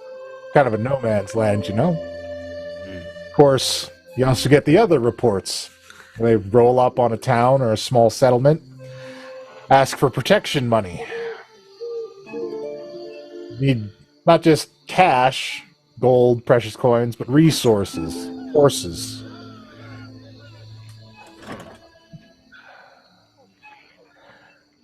They also like to recruit tradesmen sometimes. Heard of a couple guys moving along caravans end up disappearing in the night because they were skilled smiths or bowyers. So when you say recruit, you mean like Press kidnappers? gang. Right? You got a bunch of angry people with troll blood in their veins. You do whatever you got to do to stay alive. I heard those rings they gave him when they came over made him crazy. The Trollkin bands. Standard issue to the Frontier Knights when they come to the Expanse. Back when the program started. They figured they needed to give them something to make them more durable out in the wilds. Right. They couldn't just give them a sword. Any idiot can get a sword. So they gave them these Trollkin bands. Yeah. Supposed to give them crazy regeneration powers. It'll make them real strong, too. But I think it messes with their head a little bit. Well, yeah, I mean, if it's messing with their blood, I didn't realize it was that sort of a situation. I thought it was just like a straight up enchantment. But if it's like infusing them with troll blood, probably giving them troll brain, don't you think? Man, they were made by that crazy inventor up in Caligarn. I hear that's how he got his seat.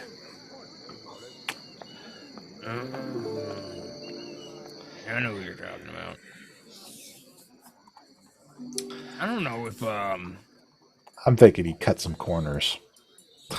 I mean, the fact that he's messing with that sort of thing at all, blood magic's a little, you know, whichever way you look at it, it's a little. You wouldn't catch me imprecise. wearing one of those things. I'll be a regular guard and die of old age. Yeah, probably a good thing.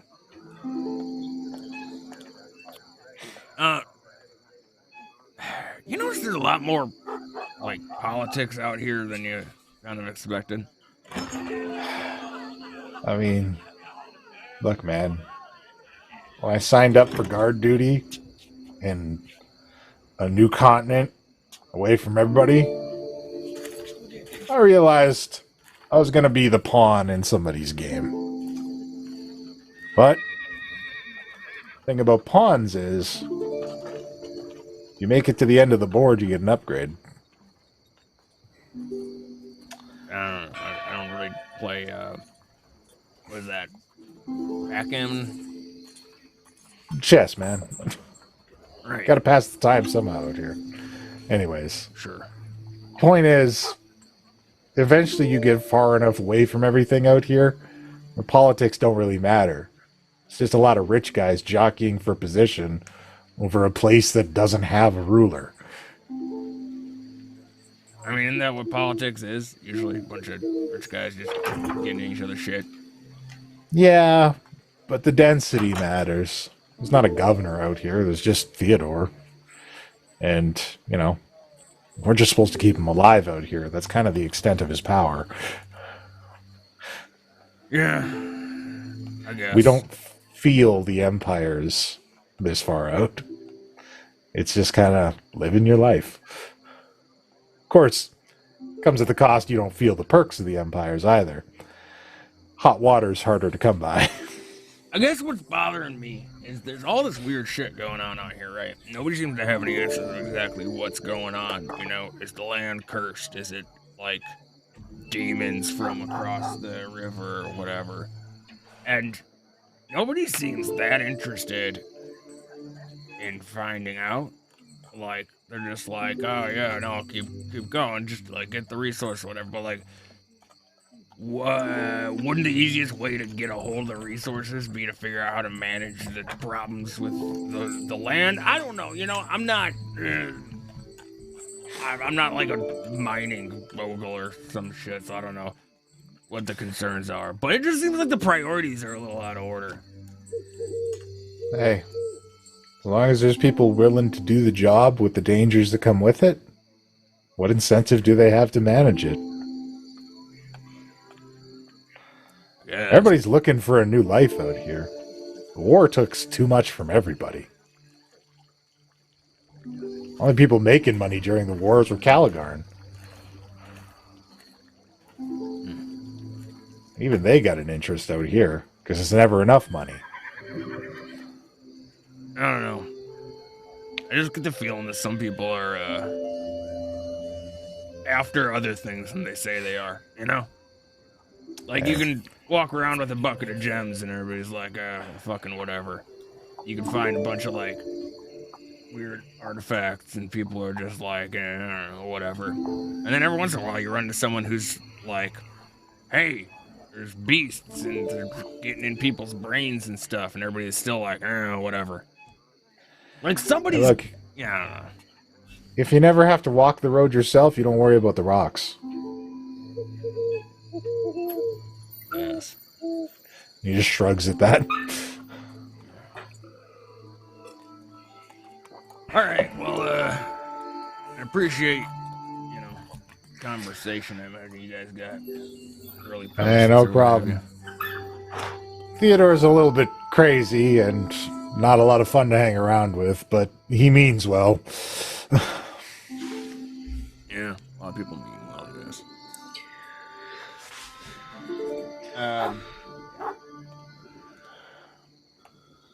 Rejoin the group wherever y'all are. All right. Does anybody want to do anything before you sleep for the night? I'm genuinely writing a couple letters back to the continent. Genuinely, my letter back to the Empress will include commendations for Theodore, Very and well. maybe the suggestion that he either gets a vacation or a couple more friends. And yeah, An I'll assistant, maybe? yes. And yeah, I'll pass them off to whoever the head guard is, because the head guard is probably more likely to be able to find my friend Renarius. Oh, for sure. Absolutely. Send them letters back to the continent. And I just intrinsically trust that they will make their way there, because Renarius is that cool. All right. Shay is actually going through the letters, and she's going through them in a way where she's trying to see, because he seemed a little interesting, whether or not there might be some hints of some of the things that we've noticed along on our journey, things of note, maybe hearing things. I don't know. Shay's just trying to separate, and she probably has Pointer like helping to sort, like where she's handing Pointer like put that in that pile over there for random miscellaneous nonsense about flowers and plants. Yes, and then over there, here's this one for they're not nice to me. I wish they were. Yes. So, by the time you've sorted them out, there are 3 piles. Pomp, which is just a lot of, I found this to say, and I discovered this thing, and this is fine, and I drank my tea, and everything's nice. They're not nice to me, and I wish they were. Complaints about exclusively the guards and not having anyone to talk to. Terrified ramblings. I heard something tonight. I heard something last night. The guards tell me it's nothing. I swear somebody was knocking at the door. And then absolute madness. What do I notice with that? Do I notice any type of like drawings or like descriptions that kind of fit some of the things that I may have seen on some of the scrolls or pictures before? No drawings. And sometimes they're not even words. But they all coincide with winter months.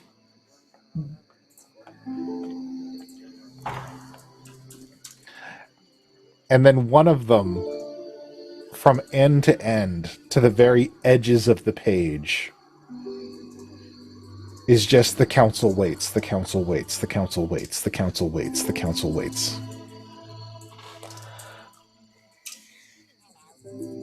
Interesting.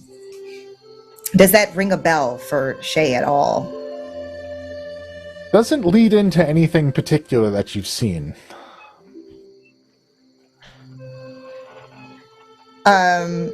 I would probably go over like to find Lady Dulcinea to try to see where she's at, because I know that she was also too writing or doing her own I'm probably thing. over in my corner, yeah, writing. Yeah.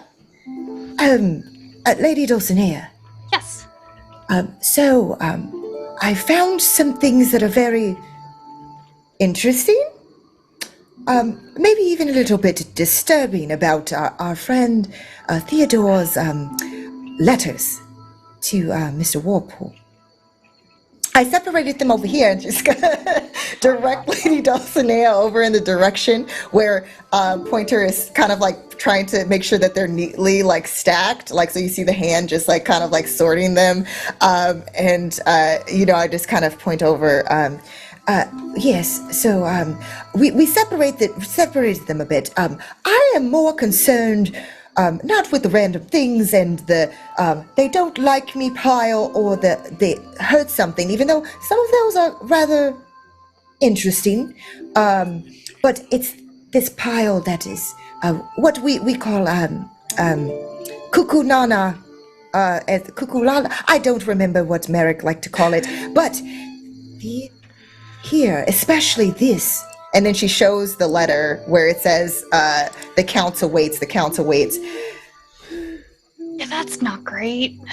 No, but I've also noticed a pattern.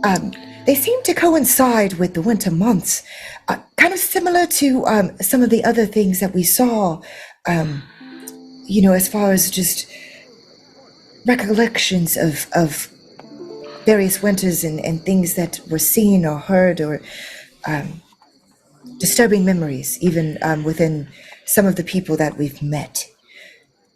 There's a pattern here. Seems to track, though. I don't know what we can do about it here, though. Does the council waits? Does that ring any bells at all? It doesn't for me. Dear Puck, does the council mean anything to Dulcinea? Nothing. There's a lot of boards of governors. There's a war council, but there's no war on right now. There's a lot of different things that could be called a council in the various empirical organizations, but as far as one that's waiting, it's difficult to tag on to. Saskatoon is a bureaucratic mess where people like to posture and give themselves important titles. There are 6 councils. It could be any of them. Wanda.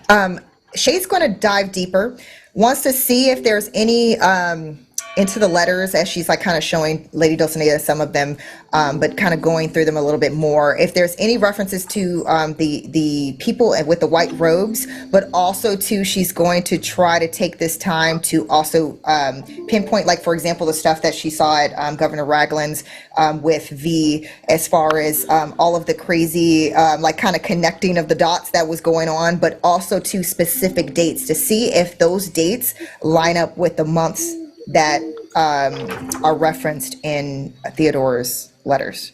I know that's a lot. That is a lot. And this could be a period of time, mind you. This could be just whatever. Give me an investigation check, Shay. Okay. I'm really going Scooby-Doo on these clues. Oh, no, you look, shouldn't have given them to me. No, I'm loving it. Go into it. Is this you said investigation? Because I do have advantage on this. Please. Fantastic. That's good because I have advantage because I needed it. Okay. That is much better. That was a nat 20 with that advantage, so it becomes a 28. All right. As you look over everything, the correlation you find to all this strange behavior is that it occurs in the deepest months of winter. But as you look at all this paper laid out, as you pore over it, you notice the piece of paper where it says the council waits over and over again. The 230th, the council waits. As you take a closer look, says the council wakes. Wakes? Wakes. W-A-K-E-S. Okay. And it is dated last year about this time.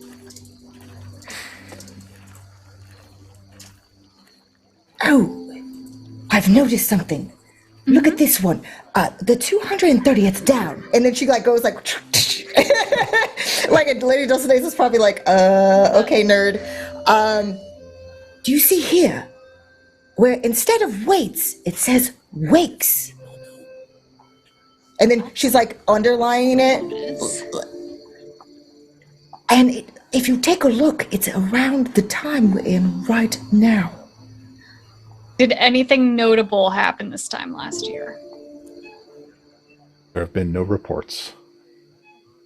Although it was an early winter last year.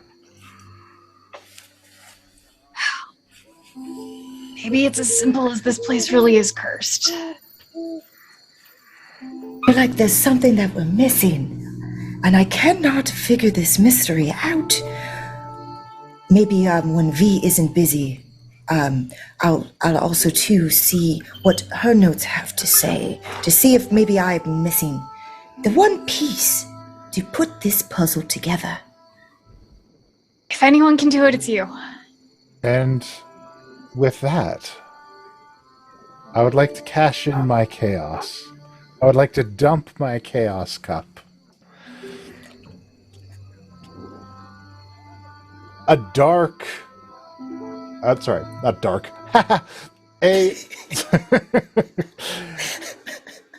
a freezing wind descends on Far Reach Post in the middle of the night. It carries with it blowing sleet and snow. And in a matter of minutes, the ground begins to turn white. And snow begins to settle on the rooftops and the walls of this fortification.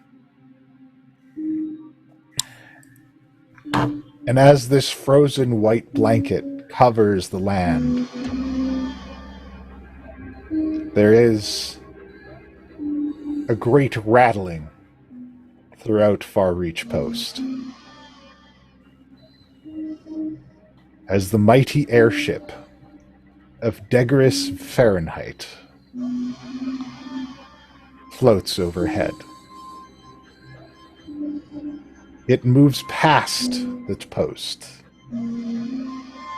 at top speed, rattling the structures as it moves overhead. And as it goes into the distance and disappears into the blowing snow, a few moments later, the sky lights up.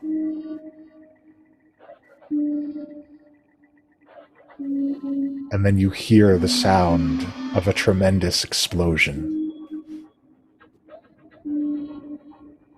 followed by another heavy impact.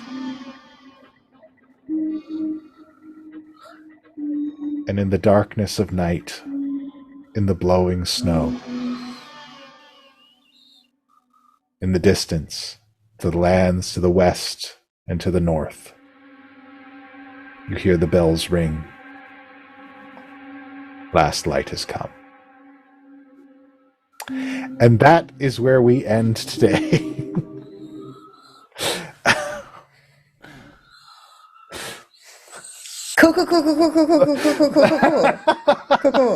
Cool. Welcome to Last Light, folks. It's gonna get cold out. I didn't mention it before, but Merrick was in the courtyard. That's fun.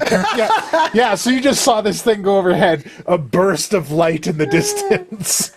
Yeah, I'm just imagining. Explain it. Freeze to death. Yeah, I was imagining. What? What's that? Yeah. Does he freeze to death overnight? Because that's what. Yeah, that's what yeah. I was like on the roof of the on the roof of the wagon, just relaxing. Heard the noise. All of a sudden, like just covered in ice in an instant. Like just not again. That's like again. Round two. Yeah, round two. All right, guys, that's it for today. Thank you so much for joining us. Thank you to my players for letting me mess them around for a little bit. The mysteries are unfolding. All will be revealed in time as we come to the end of our journey. Got 4 more episodes of this. Be sure to tune in Wednesday for the ongoing adventures of those lost, where another mystery is unfolding, and I can't wait to see the results of that one as well.